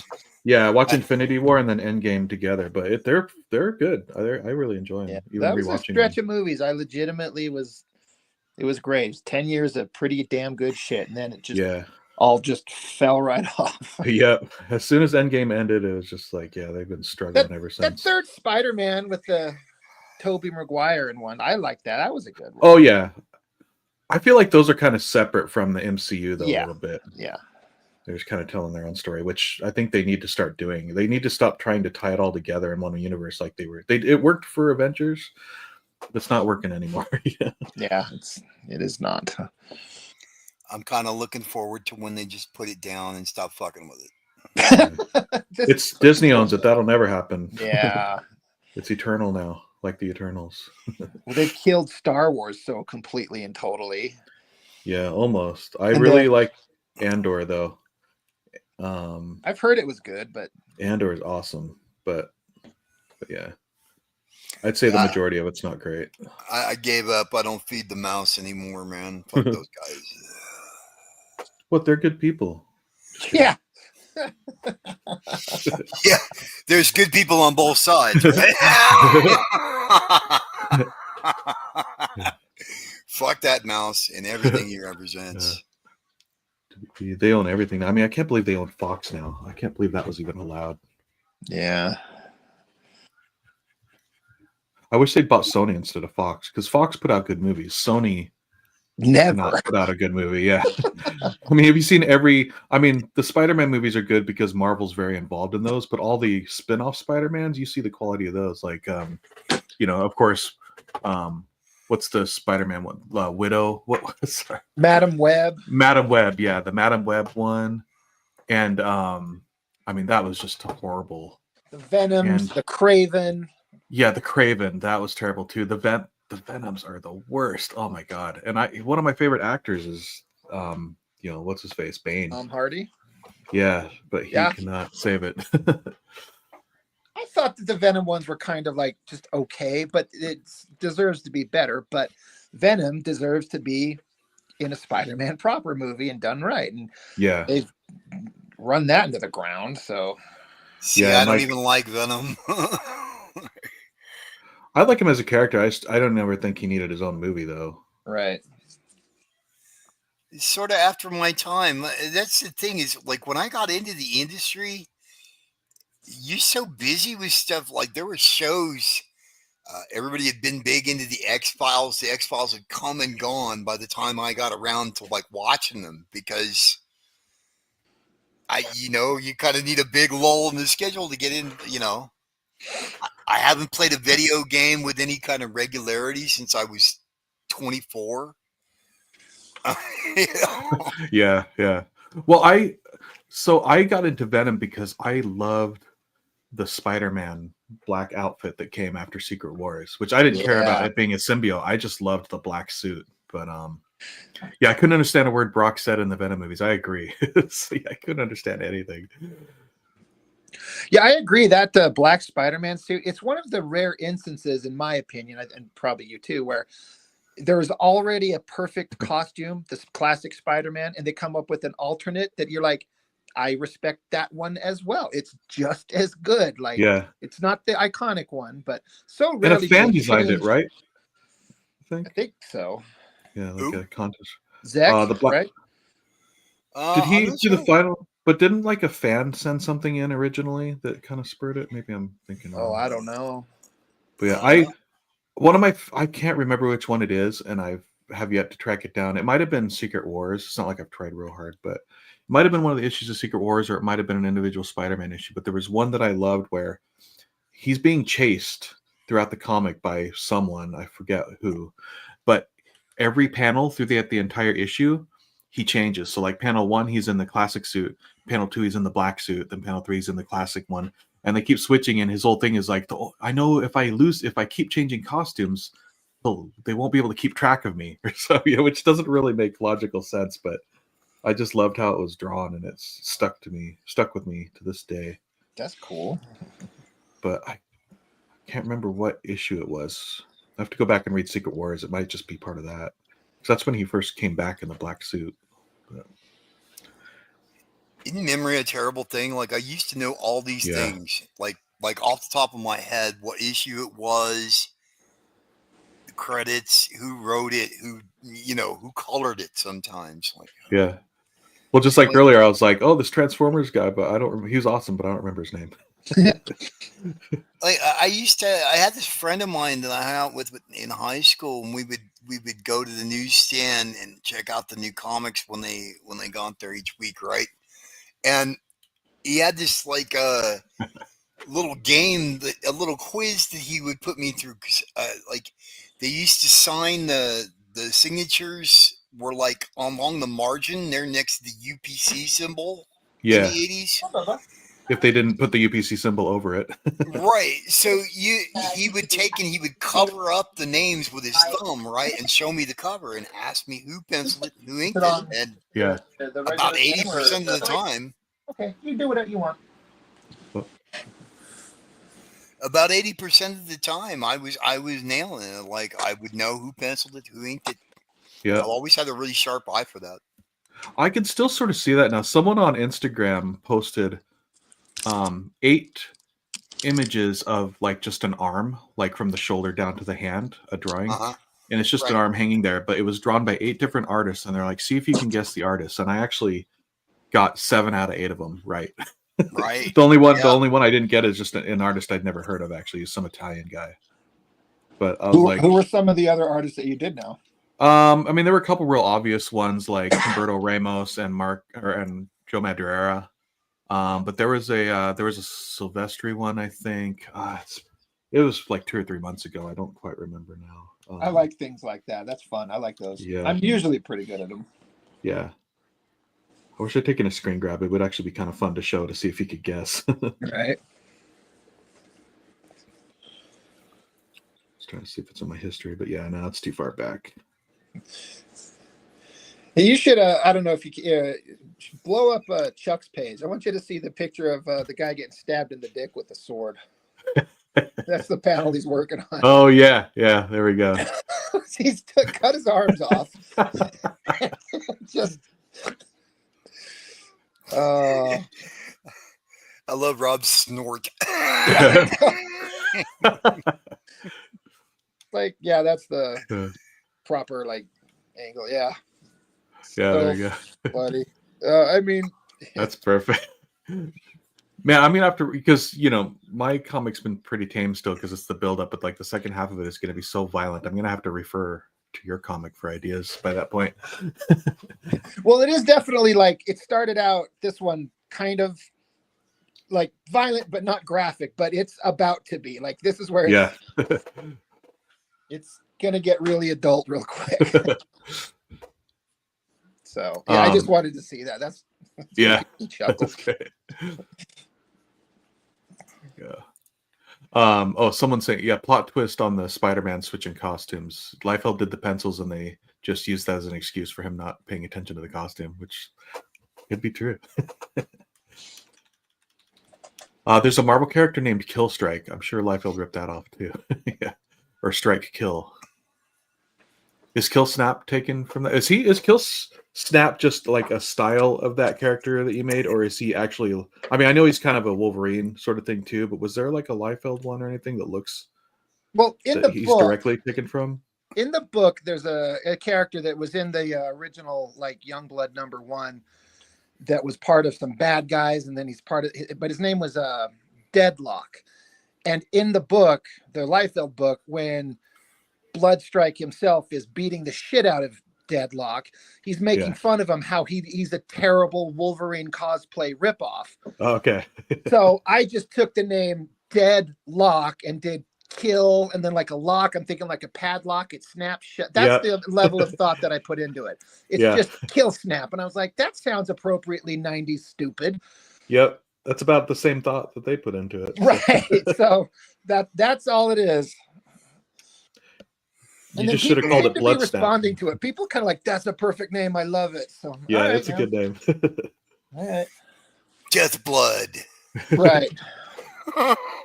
Oh, remember Overkill? And Rob had to change it to Overt Kill. Yeah, I remember that. It's so stupid. And same with, didn't Badrock, wasn't he originally Bedrock? He was Bedrock. Yeah. Hanna-Barbera got pissy. Yeah, Hanna-Barbera was like, you sure you don't want to like change that to something else? I don't get how that makes any sense. Like, it's an animated cartoon and it's the name of the town, and this is a 90s Image comic. It's a giant mutant rock monster, but they can copyright the name Bedrock.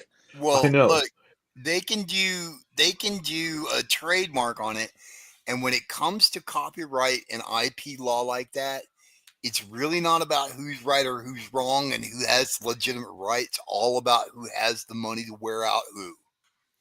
Yeah, the lawyers. Also, I think, don't those rights vary between what, like certain media can get grouped up together too? Like comics might be included under the trademark for like animated media too, whereas if you did it in like a live action film, it might be different, Yeah, that makes sense.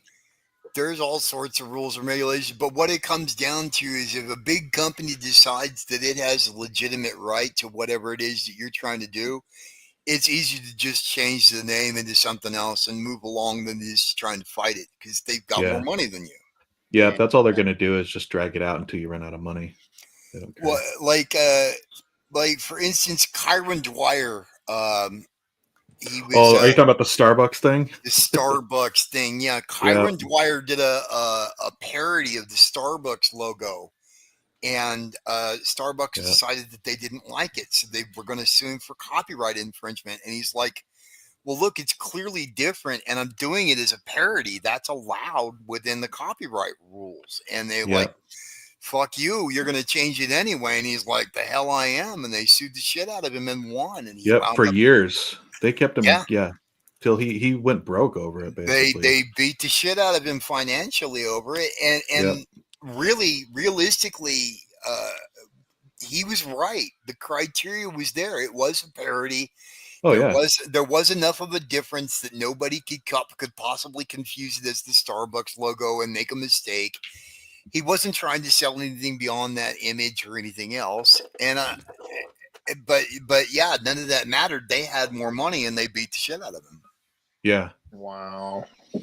And plus, it must just drive him crazy because since then there's been a ton of stuff that's even closer matched to it that's parodying Starbucks, like all over the place, like stories and shirts and all kinds of stuff. And I guess they gave up going after it. But Sir Lester Griffin, he said, "What up?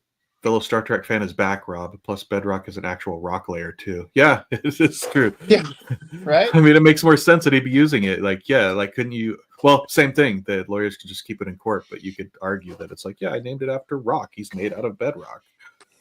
But lawyers are like, well, you can say that for the next 3 years. We'll just keep it in court and keep arguing it till you give up. I guess ultimately, I think Bedrock kind of fits better.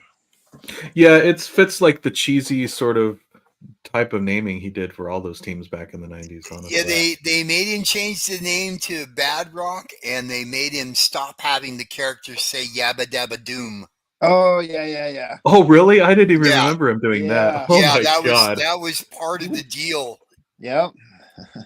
They would jump out of jets and shit. He'd yell, "Yabba Dabba Doom." That's just like the Fighting American. Like Marvel sued him over Captain Marvel, but it was Fighting American, also created by Kirby. But Liefeld had him with his shield. He was clearly a Captain America knockoff, and Marvel knew it. And he did it just to piss off Marvel. And I'm like, okay, that's fine. But at the end of the day, they drug him through court and everything else. And they did determine that Liefeld had a separate character that he was doing. But that shield that he's carrying, he can never throw it at anybody. No throwing it. Like, you can't throw you can't, like basically they just came in and hamstringed it to the point where it wasn't worth doing after that. Yeah. I think after that whole lawsuit with Liefeld and the Hanna-Barbera, I think McFarlane was trying to just poke them because there's an issue of Spawn where all the homeless guys are in an alleyway and they're singing the Flintstones theme song, like word for word. And then there's a little asterisk by it. It says copyright Hanna-Barbera, Yeah. It seems like something McFarlane is doing. He's like, I'll fucking piss them off. I'll show them. I'm going to do this. Yeah, McFarlane gives no fucks, dude. Yeah. Well, yeah, and he's experienced with just spending a lot of time in court, too. Yeah. He'll wait it out. Hey, Chuck, did you ever run into McFarlane in your days? I never met him. No. Never crossed paths, huh? No. I would have loved to have met that guy. That's out of the Image guys. That's the one I wanted to meet that I didn't get to meet. No, that's a bummer. Yeah, from what I understand, he's like he can be a bit of a tyrant when it comes to business and stuff, but he's supposed to be a really super nice guy in person, especially with other artists. Yeah, he's there for the fans because he knows that's where his money's made. I feel like, just like you said, he's there for them. He'll sit there for hours on end signing shit. Yeah. And I guess you think he's sitting back now, just having a little bit of a silent chuckle after his lawsuit with Neil Gaiman. He's like, "Oh man, asshole. How about that?" Yeah, justified. Oh man, I mean, I think McFarlane was kind of the dick in that whole issue, that whole thing, but still. Yeah, I mean that whole thing, like I think McFarlane kind of fucked a few people over, but yeah. I watched the have you seen the Mignola documentary on Amazon Prime? No, I want to. It's good. I watched it last night, but it doesn't age well in one way. Uh-oh. They keep cutting to Neil Gaiman to interview him, talking about Mignola a lot because he wrote a story with Mignola. So, but it's like, oh man, because they recorded it a couple years back, I think. There's this one documentary that I saw where they were talking to where they interview. Oh, that's what it is. It's an episode of Ancient Aliens where they compare the ancient alien gods to superheroes. So they're talking to comic book people. One of the people that they talk to is a co-founder of the Ultraverse and later on possessor of child pornography, Gerard Jones. Oh man! And they got him there on camera talking about the wonderment of comics and how it affects children. And oh Jesus! Yikes! Yeah, he's the one that created Prime at the Ultraverse, and that was the character that was the overly muscled superhero that inside was a little kid. Wow. Like a 12-year-old or something. I don't even think I knew that stuff about him, about that he'd gotten busted and stuff. I mean, I didn't really follow Prime or any of those comics. Dude, there's Gerard Jones. There's another guy that was a heavily influenced inker that was heavily influenced by Frank Frazetta, and he used to ink Brent Anderson over on Kazar. Okay. And he did a bunch of savage sort of Conans and stuff too by the name of Armando Gil. I've heard that name, yeah. He used to be the inker on Micronauts. Well, currently Armando Gil is in prison for child molestation. Oh my God.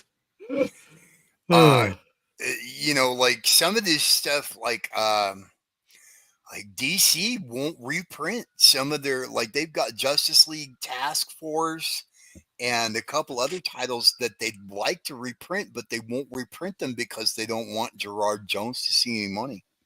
Oh yeah. Is he still excuse me. He's still eligible to get money if he's like convicted and in prison and stuff, I guess. Well, I'm not sure what the law. I mean, obviously you can't. There's some sort of law against making money off of the crimes that you committed. Like if you murder somebody, you can't write a tell-all book about how you killed them and make money off of them. Yeah. Okay. But in the case of something like this, man, I don't think that applies because this is all work that he did before he was charged, and it's completely unrelated. So you can't. Yeah, that's true. That's how O.J. Simpson was still rich when he got out of prison too. Simpson was just signing autographs.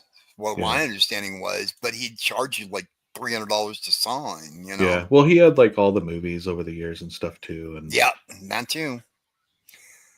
That's the thing is that they think they ruined some of these people and blah, blah, blah. And this and that. And like, in a way you kind of have like, okay, you can stop running the Cosby Show, but that penalizes the rest of the cast. You know? Yeah.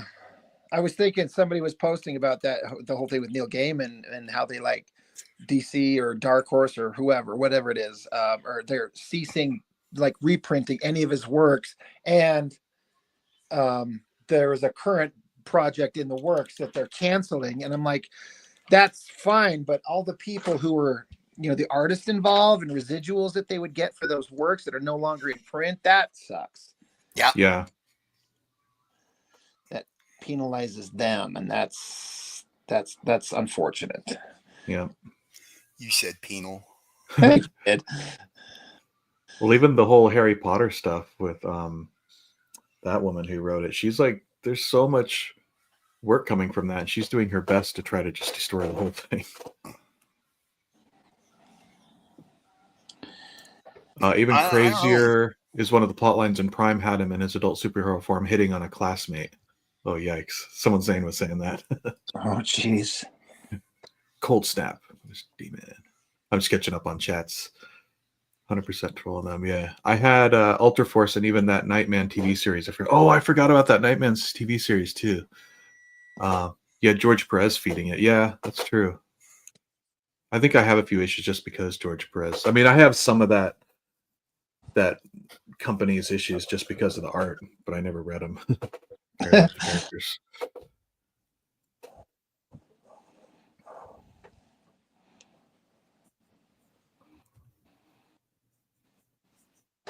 All right, Chuck left for a second, so now we can talk shit.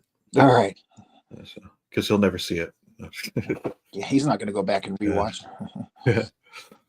Ultra Force was very underrated. Do you understand? Yeah. Was it? I never read it, so I can't really say. Did you ever read Ultra Force? No, looked Yeah. so stupid to me. Now, I'm not Yeah. saying it was stupid, but it looked stupid. And that's in the world where I have a limited budget to spend money on comics, when at that era. I'm Yeah. like, if it looks dumb and sounds dumb and feels dumb, why would I pick it up when I only got $20 a week? At the Yeah. time, $20 could get you several books. For sure. But now it's like it'll get you 2 or 3. Yeah. Kind of same with me with some of that stuff.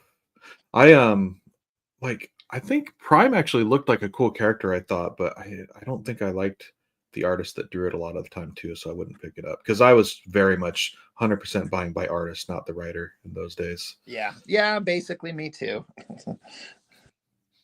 Which, as I look back on old stuff, was like foolish now because some of that stuff is unreadable, even with good art. But yeah, I don't know. I don't regret anything I bought if I loved the art.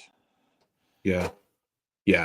Like, I mean, yeah, it's still fun to look there might at. be a little regret, but it's not like complete regret. It's just like, all right. I bought Spawn forever and ever and ever, and I hated the story, but I just kept buying it. And eventually, around 50 or 60, I finally. Same here, just for Capullo, yeah. Yeah. Orbital Hub got to hang out with Mike Turner very casually for 20 minutes back in 03. I heard he was a super nice guy too. Yeah. I've heard nothing but good stories about that guy. That one. Yeah. That hurt. Bummer to hear when that finally happened the way it did. All right, I had to step away for a second. That's cool. All right, I guess we gotta stop talking shit. Yeah. Well, we were mad talking. Someone said Prime was decent to me. The art wasn't terrific, but also wasn't terrible. Yeah, I mean, I agree. I didn't think the art was terrible, but it wasn't cool enough to make me spend money on it because, I could only buy so many a month too or a week. Me art too. Power, y'all. Yes. Yeah. Although I've since gone back and bought that stuff. It's Norm Brayfogle. Yeah, it's some of that stuff I probably would appreciate more now too because I was just all into 90s Flash and stuff at that time. So. Well, and when I bought it up was after the bubble had burst, so it was all discounted. Yeah. Like by the time I bought it, it was marked down to what it was worth. Yeah. By the way, you remember that eBay thing I saw of the old Gen Chronicles, the one I did with Zach, that Newcomers Publishing cheesy black and white. Yeah. They had the 4 issues on there for someone was selling it for $2,000. My 4 issues in it. Oh, yeah, I saw that. Yeah, I've been sending them counter offers. I've done it like 4 times, and they keep countering back with like, "Oh, well, for $1,800 you can have it." I think they went down to like $800 once, but yeah, I keep sending them a new offer. I sent one just a couple days ago for the highest I've ever sent. I was like, "Okay, $25. Let's just see." Yeah. See they didn't even count them down. Yeah, they didn't even counter offer this time. They just declined it. Like, no. Yeah, but it's like I wish I could message them directly. It's like, come on, do you really think? I mean, $2,000 is worth more than even the original art for all these books. Is you really think you're ever going to make that money? You'll never sell these. You might as well make $25 off it. I could check back in 10 years. These will be in a storage locker somewhere, still unsold. Yeah.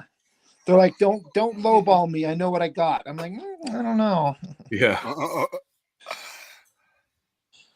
The Nightman comic was great too, but they kept changing the costume every issue, though. Oh, that's not good. You gotta nail down the costume, man.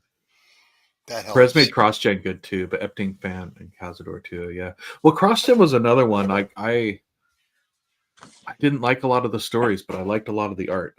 So bought a lot of stuff for the art on that. You worked on which ones did you work on for that, Chuck? Was it that martial arts one with all the material? Silk and Ghost. It was a spin-off of their Way of the Rat comic. Yeah, and had all that cloth material and stuff. Yeah, they had that. The guy that drew that, Will Rosado. Man, it was great working over his stuff. He really could draw. Yeah, that stuff was good. that was the thing, is after coming from Wildstorm, you know, you would get these guys, but and they had talent and everything, but it was clunky in spots. It wasn't Yeah. always 100%, you know. It had just enough flash to keep people interested. Yeah. Hey, It there's was Ray pretty- Dillon. Yeah. I was just about to say Ray Dillon there. What's up, Ray Dudes. Dillon? I like his icon, his thumbnail. Dude, I've seen a couple things that he's thrown down on Instagram. I was like, damn, dude, that looks a little bit like Neil Adams going on. I mean, it's not like dead on, but Oh, nice. respectable. Ray me look can it up. draw. There's no doubt about that. No shit, man. I'm like, Okay. damn. Well, here we go. Ray Dillon art, followed by Chuck and Rob. I guess I'll follow too. Yeah, now you have to. Now it's all public and like, oh, you don't follow me. All right. Oh yeah, this is great. Oh man, that Edgar Allan Poe is freaking awesome. I like his line work a lot. It's cool. All right, cool. All right, I guess it's all right. All right. It's okay. You can stay in the chat this time. Yeah.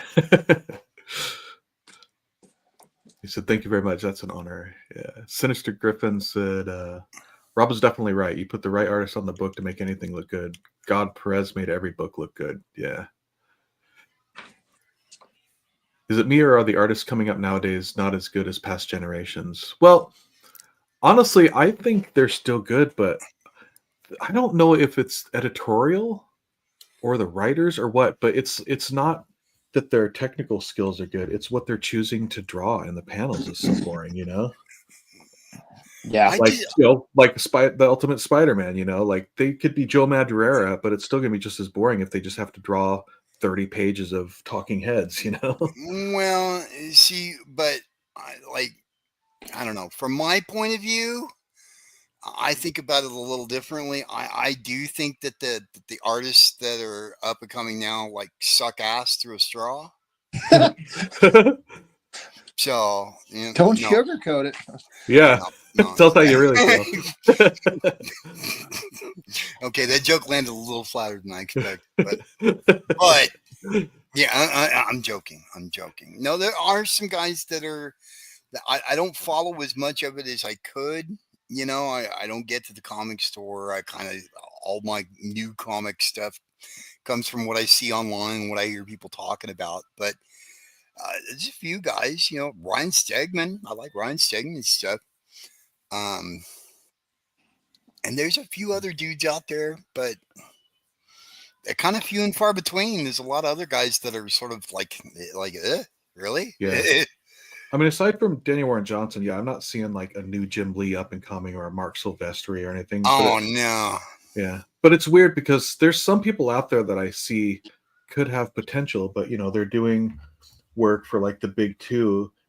And it all tends to be, it's almost like they're not being allowed to really stretch their wings. You know, I wonder, like, you know, if they just went off and did a Kickstarter, their own creator owned or something, you know, and they could really just go off. I wonder if they would kind of excel to that level, you know. But I almost wonder if editorial is like, you know, since the big two don't really support artists like they used to in the 90s anyways, because they're afraid of them all leaving. I wonder if they just kind of force them, like if editorial's like, don't draw like a big splash panel on every page, you know, we want 9 panels of dialogue, you know, to tell it's storytelling. It's not flash, you know, or some crap like that. But that would be so stupid because no one's making any sales on anything. Like, why not? I know. That they would have them just like free the beast and let somebody just get some conversation going, and then pay them appropriately, and then maybe you'll hold on to them.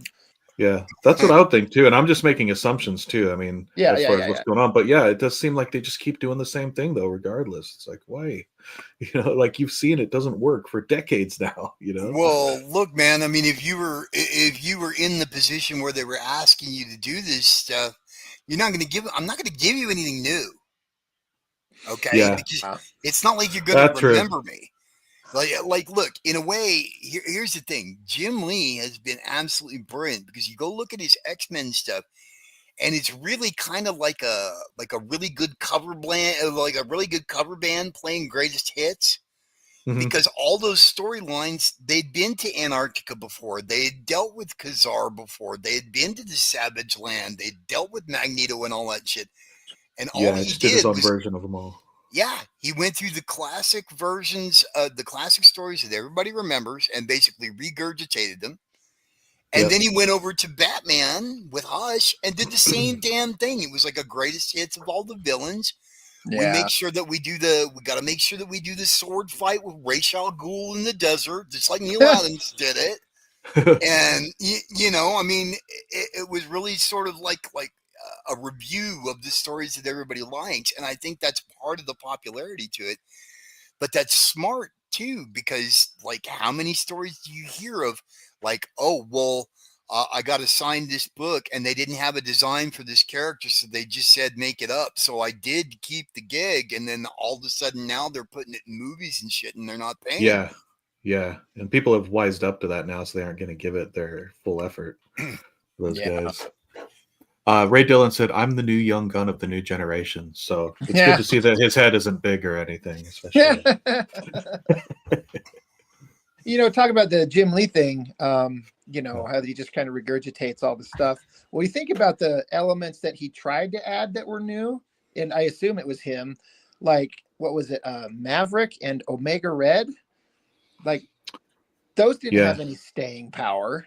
No. Well, as much as I love Jim Lee, one of my biggest critiques is he is the worst character designer on the planet. Thank you. Fucking God, thank you.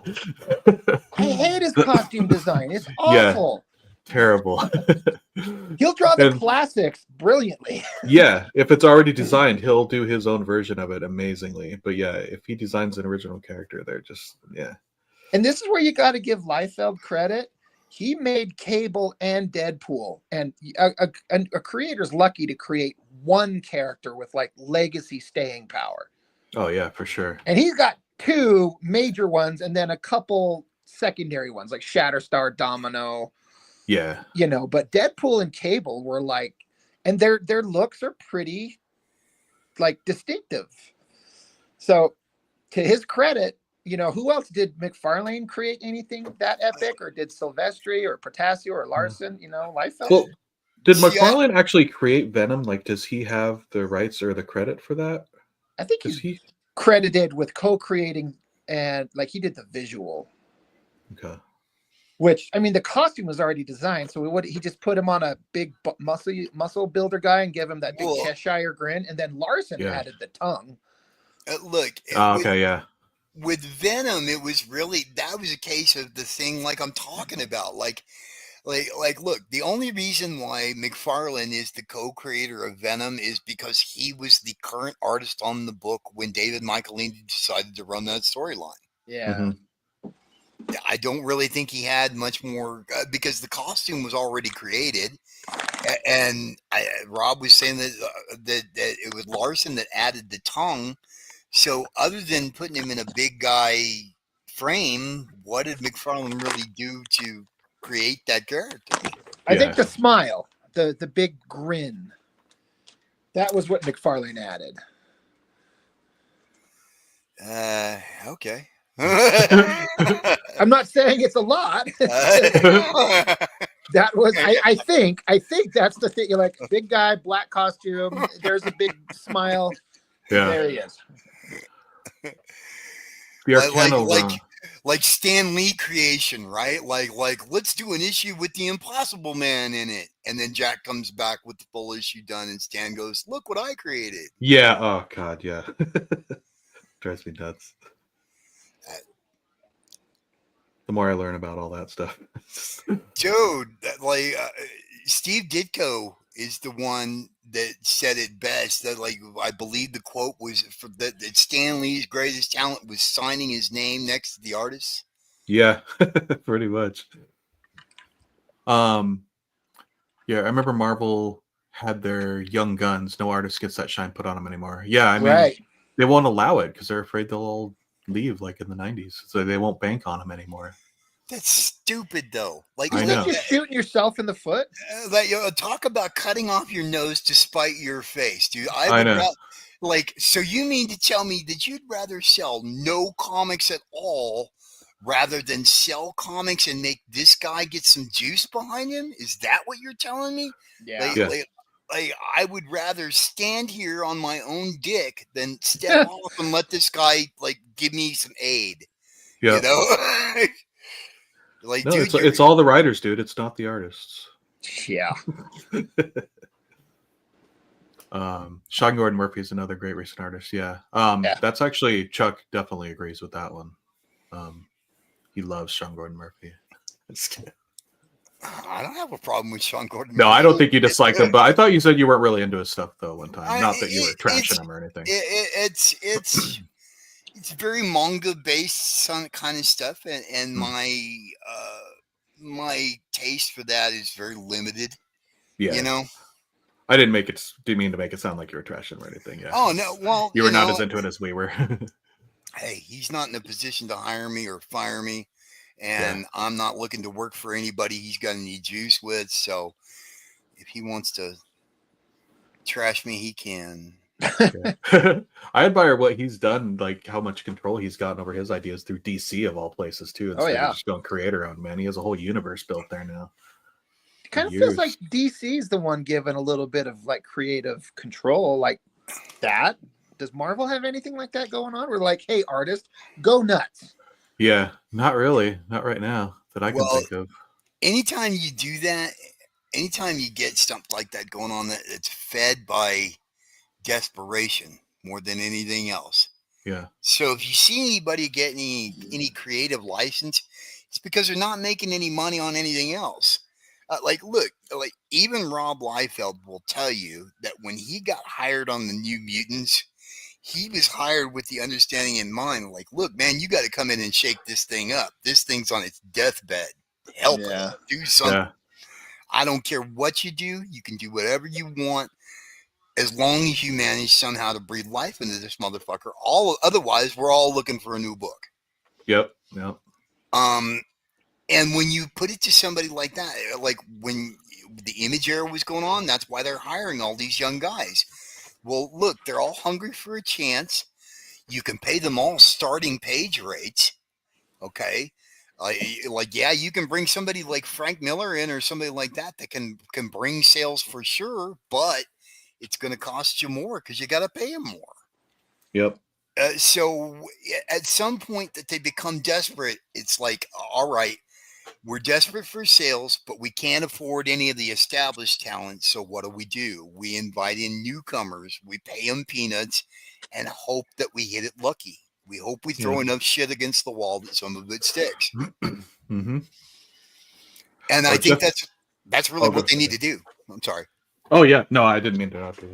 Yeah, I agree. I mean, they really should. And there's a lot of people that could do that. Like Nick Dragata on the Ultimate Batman they're doing. Not Ultimate, it's Absolute Batman. He's freaking awesome. He could be one of those people, you know. I mean, he's not totally new, but he's really breaking out now, and I hope they push it like that based on his art, you know. Without his art, I don't think that book would be nearly as good. Not that it's bad, but it's an interesting take on Batman, but the art is definitely pushes it to the next level. I am not hearing good things about the Capullo Wolverine book. I'm not excited about it, honestly. I love Capullo's art, but it's not exciting me like it normally would. I'm not sure why. I've heard nothing but good stuff, but I mean, it's not bad. It's decent, and it's still better than a lot of other X-Men art out there, but it doesn't like, I don't look at it and go like, oh god, this is awesome. I'm so glad he's on it. It's a little underwhelming. I don't know if he's like being too tame with his art, maybe. I'm not sure. I can't really honestly personally figure it out what it is. I mean, I don't dislike it. I'm buying it and it's drawn well. Yeah. Like it doesn't fire me up like, you know, like Spawn days or early Batman days, you know. I don't know. Maybe he just needs to go, maybe it's too lit. He needs to go back to the dark and gritty, grimy stuff. Like it's almost like too clean now. Well, look, you got Tim Townsend there, and you can't get gritty with Tim. Yeah. He's not going to give you that. So, yeah, like he's doing the third series of his creator-owned one too. He's been working on in tandem with Wolverine. What's it called? Creech. Not Pit.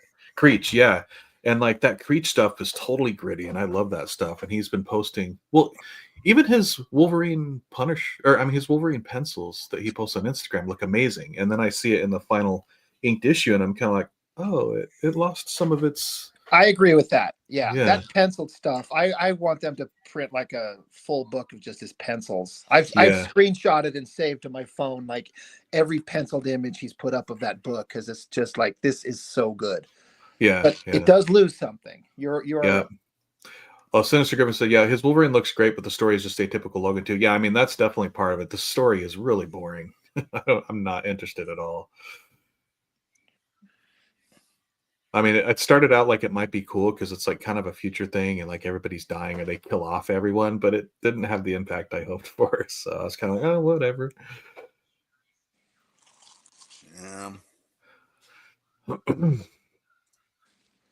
I keep waiting for the industry to pull its head out of its ass. Yeah. I don't know if the big two are ever going to do it. I think it's all going to be, the indie world is going to take over, and it's just going to be, like individual books. Like, like it's even happening now. Penguin took over distributing for Marvel now, but like, it's just going to become like books now. It's a bunch of individual creators creating stuff, and then the book publishers will put it out, and it won't be based on a company or a line. It'll just be individual stuff. Because I mean, they haven't pulled their head out of their ass in decades. They're never going to change. Well, they've done so much irreparable damage with some of these characters that, like, look, man, there's some of these characters that they've had, some of the things that they've had these characters do and have these characters see and have these characters experience in the last 15, 20 years that you cannot unmake. Yeah.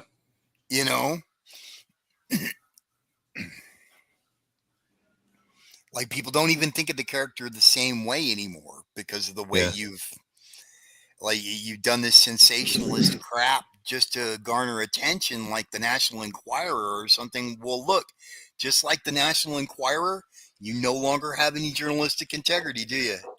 Yep.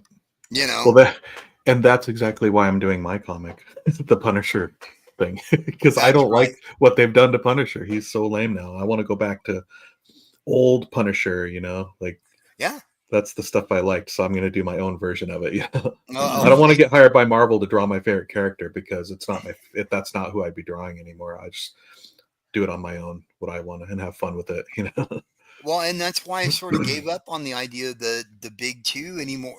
Like once digital art came around and sort of recaptured my interest, and then crowdfunding got to the point where it looked like that was a viable option. I'll be honest with you. I've always had the idea that I would, I don't want to work for Marvel. I want to do what Marvel's doing. Yeah, I don't have the drive like when I was younger to be like, the only drive I have to maybe work for those guys is like, it would just give you some better exposure to make your personal stuff get a little boost, Right. Yeah, I could see using it for something like that, maybe. But honestly, I think at this point, even that ship has sailed. Like, I don't think you get a boost from them like you did in the 90s. Yeah. They're so busy not promoting artists that, like, shit, they're not even going to mention your name. Yeah. Yep. Yep. Yeah, at least once upon a time, it was in the bullpen page, and at least give the credits of the artists who did it or something, and you at least see your name there. But they don't even do that kind of stuff anymore. And if they announce your name on a book, chances are by the time it comes out, you've added 2 or 3 other artists to it, because God forbid you should get one artist to do a whole book. Yeah, people are still so extraordinarily bad with crediting the artist on a book too. I mean, even with newer stuff, even indie stuff, I've seen sometimes they just like, there was some, actually I think it was from McFarlane that came out recently, like it listed 4 people that did art on it in really small type at the beginning, but it didn't say who did what at any point in the book, like who drew it. It was different art on different pages. Yeah. And it didn't say who drew which pages. It didn't say who, some of the names you don't even know. So how can you even follow these guys if you like them? Like, it didn't say who was the inker, who was the penciler. You didn't even know if one of them was the writer, if you don't know their names. So Yeah, and it's especially bad with the bigger companies now. It's just like, come on. Even like some Image Comics, they're supposed to be all about the creator, but I'll see some Image Comics come out and it's like they'll list like, man, I should keep a list. I'm just kind of making hearsay now. But I was at the comic shop the other day and there were a couple Image books I looked at, and the art was kind of interesting, but they had two people written on the cover, but nowhere in the interior did it say their names again or credit any artists or anything. It was just the art going through. There was no credits page or anything. I was like, what the hell? Wow. It's getting like the way it was before Marvel started crediting people. Yeah. It's like I figured that would be, especially with all the like indie people now, like that would be not as big of an issue now, but still is. I don't know, man. Yeah. Yeah, like people surprise you about all kinds of stuff. Like, okay, like there's a certain writer that was an aspiring artist at one point and made his bones as a writer, but who's recently started doing work with AI. And I'm like, Ugh. so you aspired to be an artist at one point, gave up to be a writer, and now that you have the opportunity to just cheat the artist out of the deal entirely, you're totally ready to do that. Yeah. And I don't know. Yeah, it's messed up.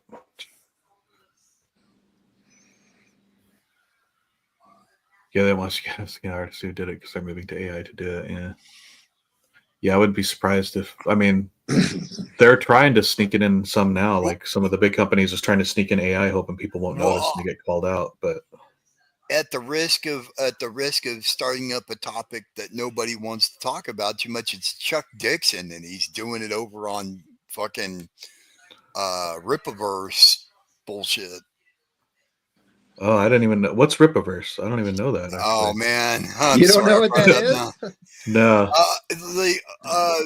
Maybe I shouldn't go there. He was sort of affiliated with Comicsgate at one point, and then is it that type of thing? Okay. They had a falling out, and he splittered off on his own. And some people have,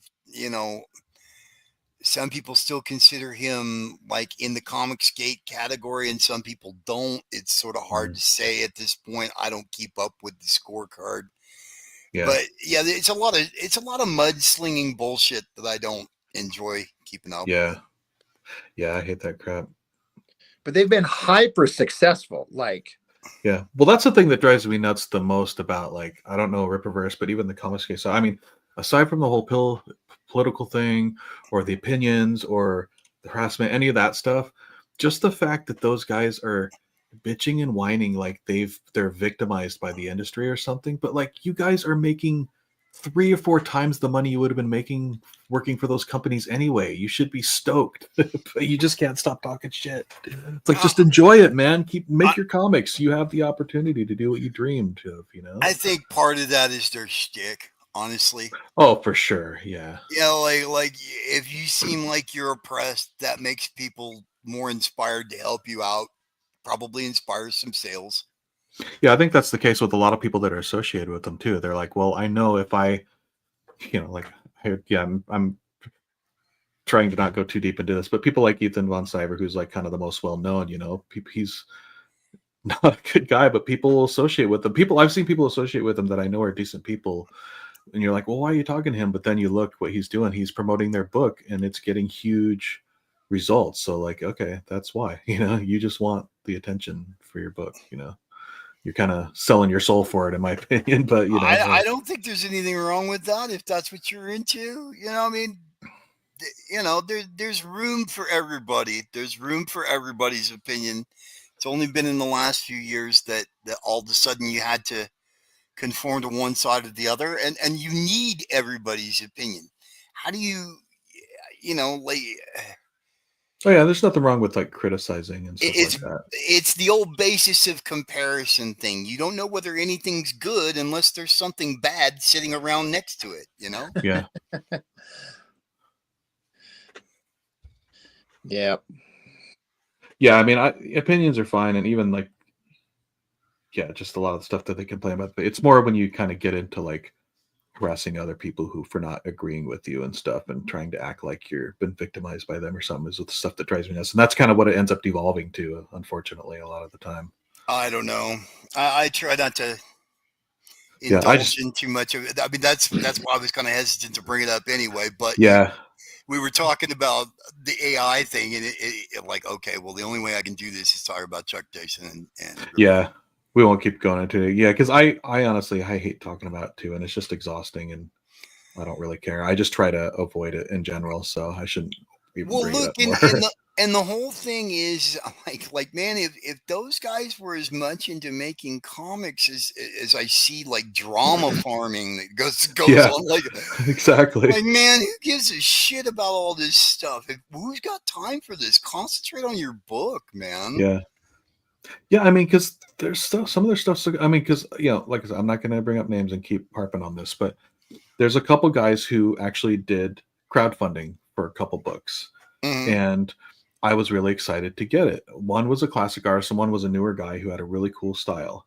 And a couple months went by. It got funded. I was going to get the book soon, but then I got directed to like some blogs they were on that was associated with Comicsgate, but and they're just basically going on these like super aggressive racist rants for like page after page after page. And I'm like, what the fuck is this? So I called him and asked him for a refund on the book, and it just kind of bummed me out. I was like, I can't read that and then read this. Why do you even have to do that? Just talk about comics and share art and make your Right. comic that you love. Why do you have to get into all this crap that really has nothing to do with comics at all? And no one really gives a shit anyway what your opinion is, And that's why I hesitate to even bring that stuff up, because you go down Yeah. that political rabbit hole and it always gets ugly. Yeah. And I'm like, at the end of the day, I'm with you. Like, who gives a flying fuck what I think, you think, or anybody else thinks, man? At the end of the Yeah. day, nobody's got any juice to get any of this shit done one way or the other. So who gives a fuck what you think about it? Yeah. And You like know, even like actors and stuff. Like, dude, stand on your mark, say your fucking line, and try to emote. And beyond that, shut the fuck up. yeah. Yeah. And like, even if it's comics related stuff, how a lot of them are like, Marvel and them are so woke, I don't want to do all that stuff. It's like, well, fine. Then don't work for Marvel and make your own comics. Like, show that through your work by like, I don't need them, like, okay, cool. Do the comic that you think should Yeah. be being made yourself. Yeah. Quit talking the talk and start walking the walk. Yeah. Yeah. Yeah. I mean, yeah, they're woke. This shouldn't be done. Okay, well, fucking prove it and do it. Show me what you got. Show me what you got. Yeah, show me what you got. Yeah. You got served. Yeah. I mean, that's kind of how it used to be, before social media and stuff. Anyway, they were very opinionated. There's always been very opinionated guys in comics. John Byrne. But you don't have all this like immediate drama, so they would just kind of try to show it through making their comics. Well, I think there was the immediate drama there, but the only place that you had that you could voice any of that shit was like the Comics Journal. Yeah. Comics Buyer's Guide, the letters page of Comics Buyer's Guide. There was a lot of mudslinging that went back and forth and things like that. But yeah, aside from that, it wasn't like the web where I could just get on anytime I wanted to and voice my opinion and have it seen by all these different people. Yeah. Like, I'm going to have to write a letter to the editor, and they're going to have to select it, and it's going to have to be printed. And then people will go, hey, John Byrne's a dick. Yeah.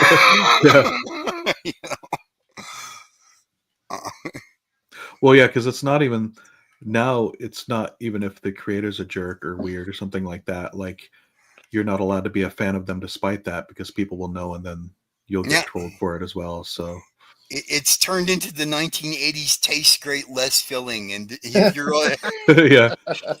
You can't cheer for tastes great if you're on the less filling side, dude. You Yeah. can't do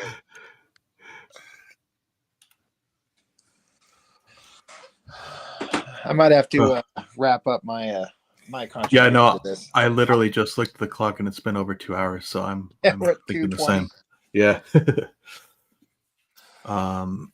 Yeah, let's wrap it up here then. Let's I'm gonna Sounds zoom good. out here, show what we've been doing here. Oops, hang on, let's see. Well, your guys coming along here, Rob. I'm taking my sweet ass time on him, but Kill I Snap is love fun, it. man. It's looking great, man. Got his exploding heart all over his face. It's blood, not anything else.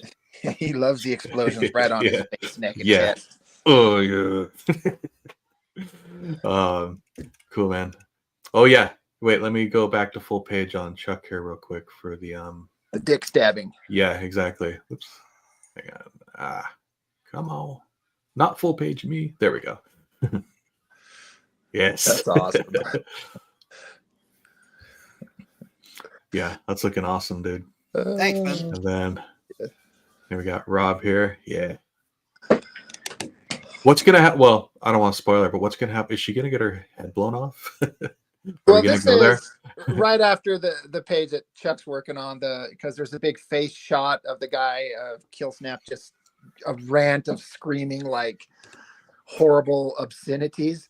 So Yeah. Ninja Guy just chops his head right off. Just shut That's him. awesome. Bam! I love that shot, dude. Just a little going off. Yeah.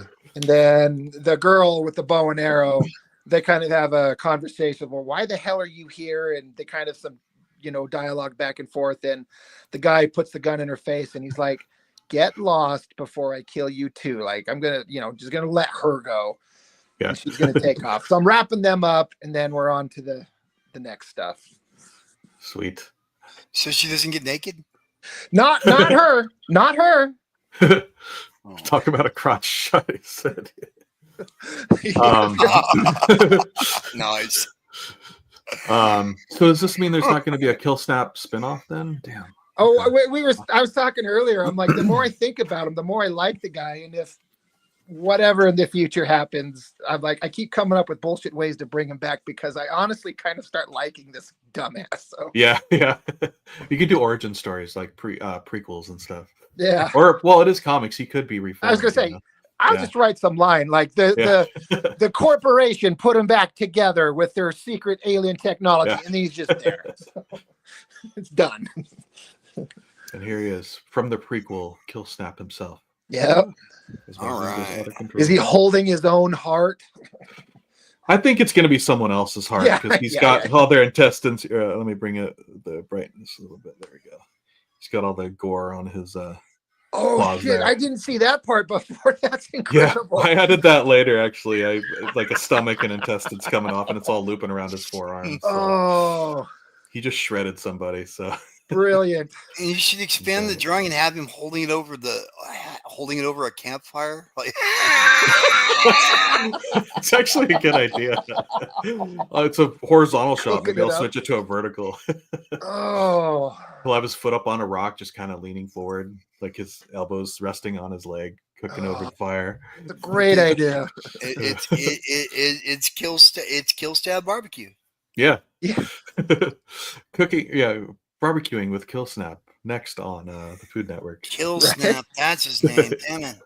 I Yeah. was always so bad about that. And I got used to it at the Wildstorm days too, because there was always some new damn character that they didn't know, be like half developed that they're throwing out. I don't know. Yeah. It's on the page. Ink it. Yep. He should wear his heart like a necklace, bling bling in this one. Yeah. That'll be next. He takes a chunk out of it to make the hole so he can run a string through it to wear as a necklace. So Right on. Very cool. but yeah, cool guys. Well, thanks for hanging out and Yeah. streaming again. This was fun. Yeah, So, definitely. All right, man. Take it easy. all We'll right, see cool. you guys later. yeah, catch y'all later. Yeah. Thanks everyone in chat. See ya. Yep. Thanks, guys.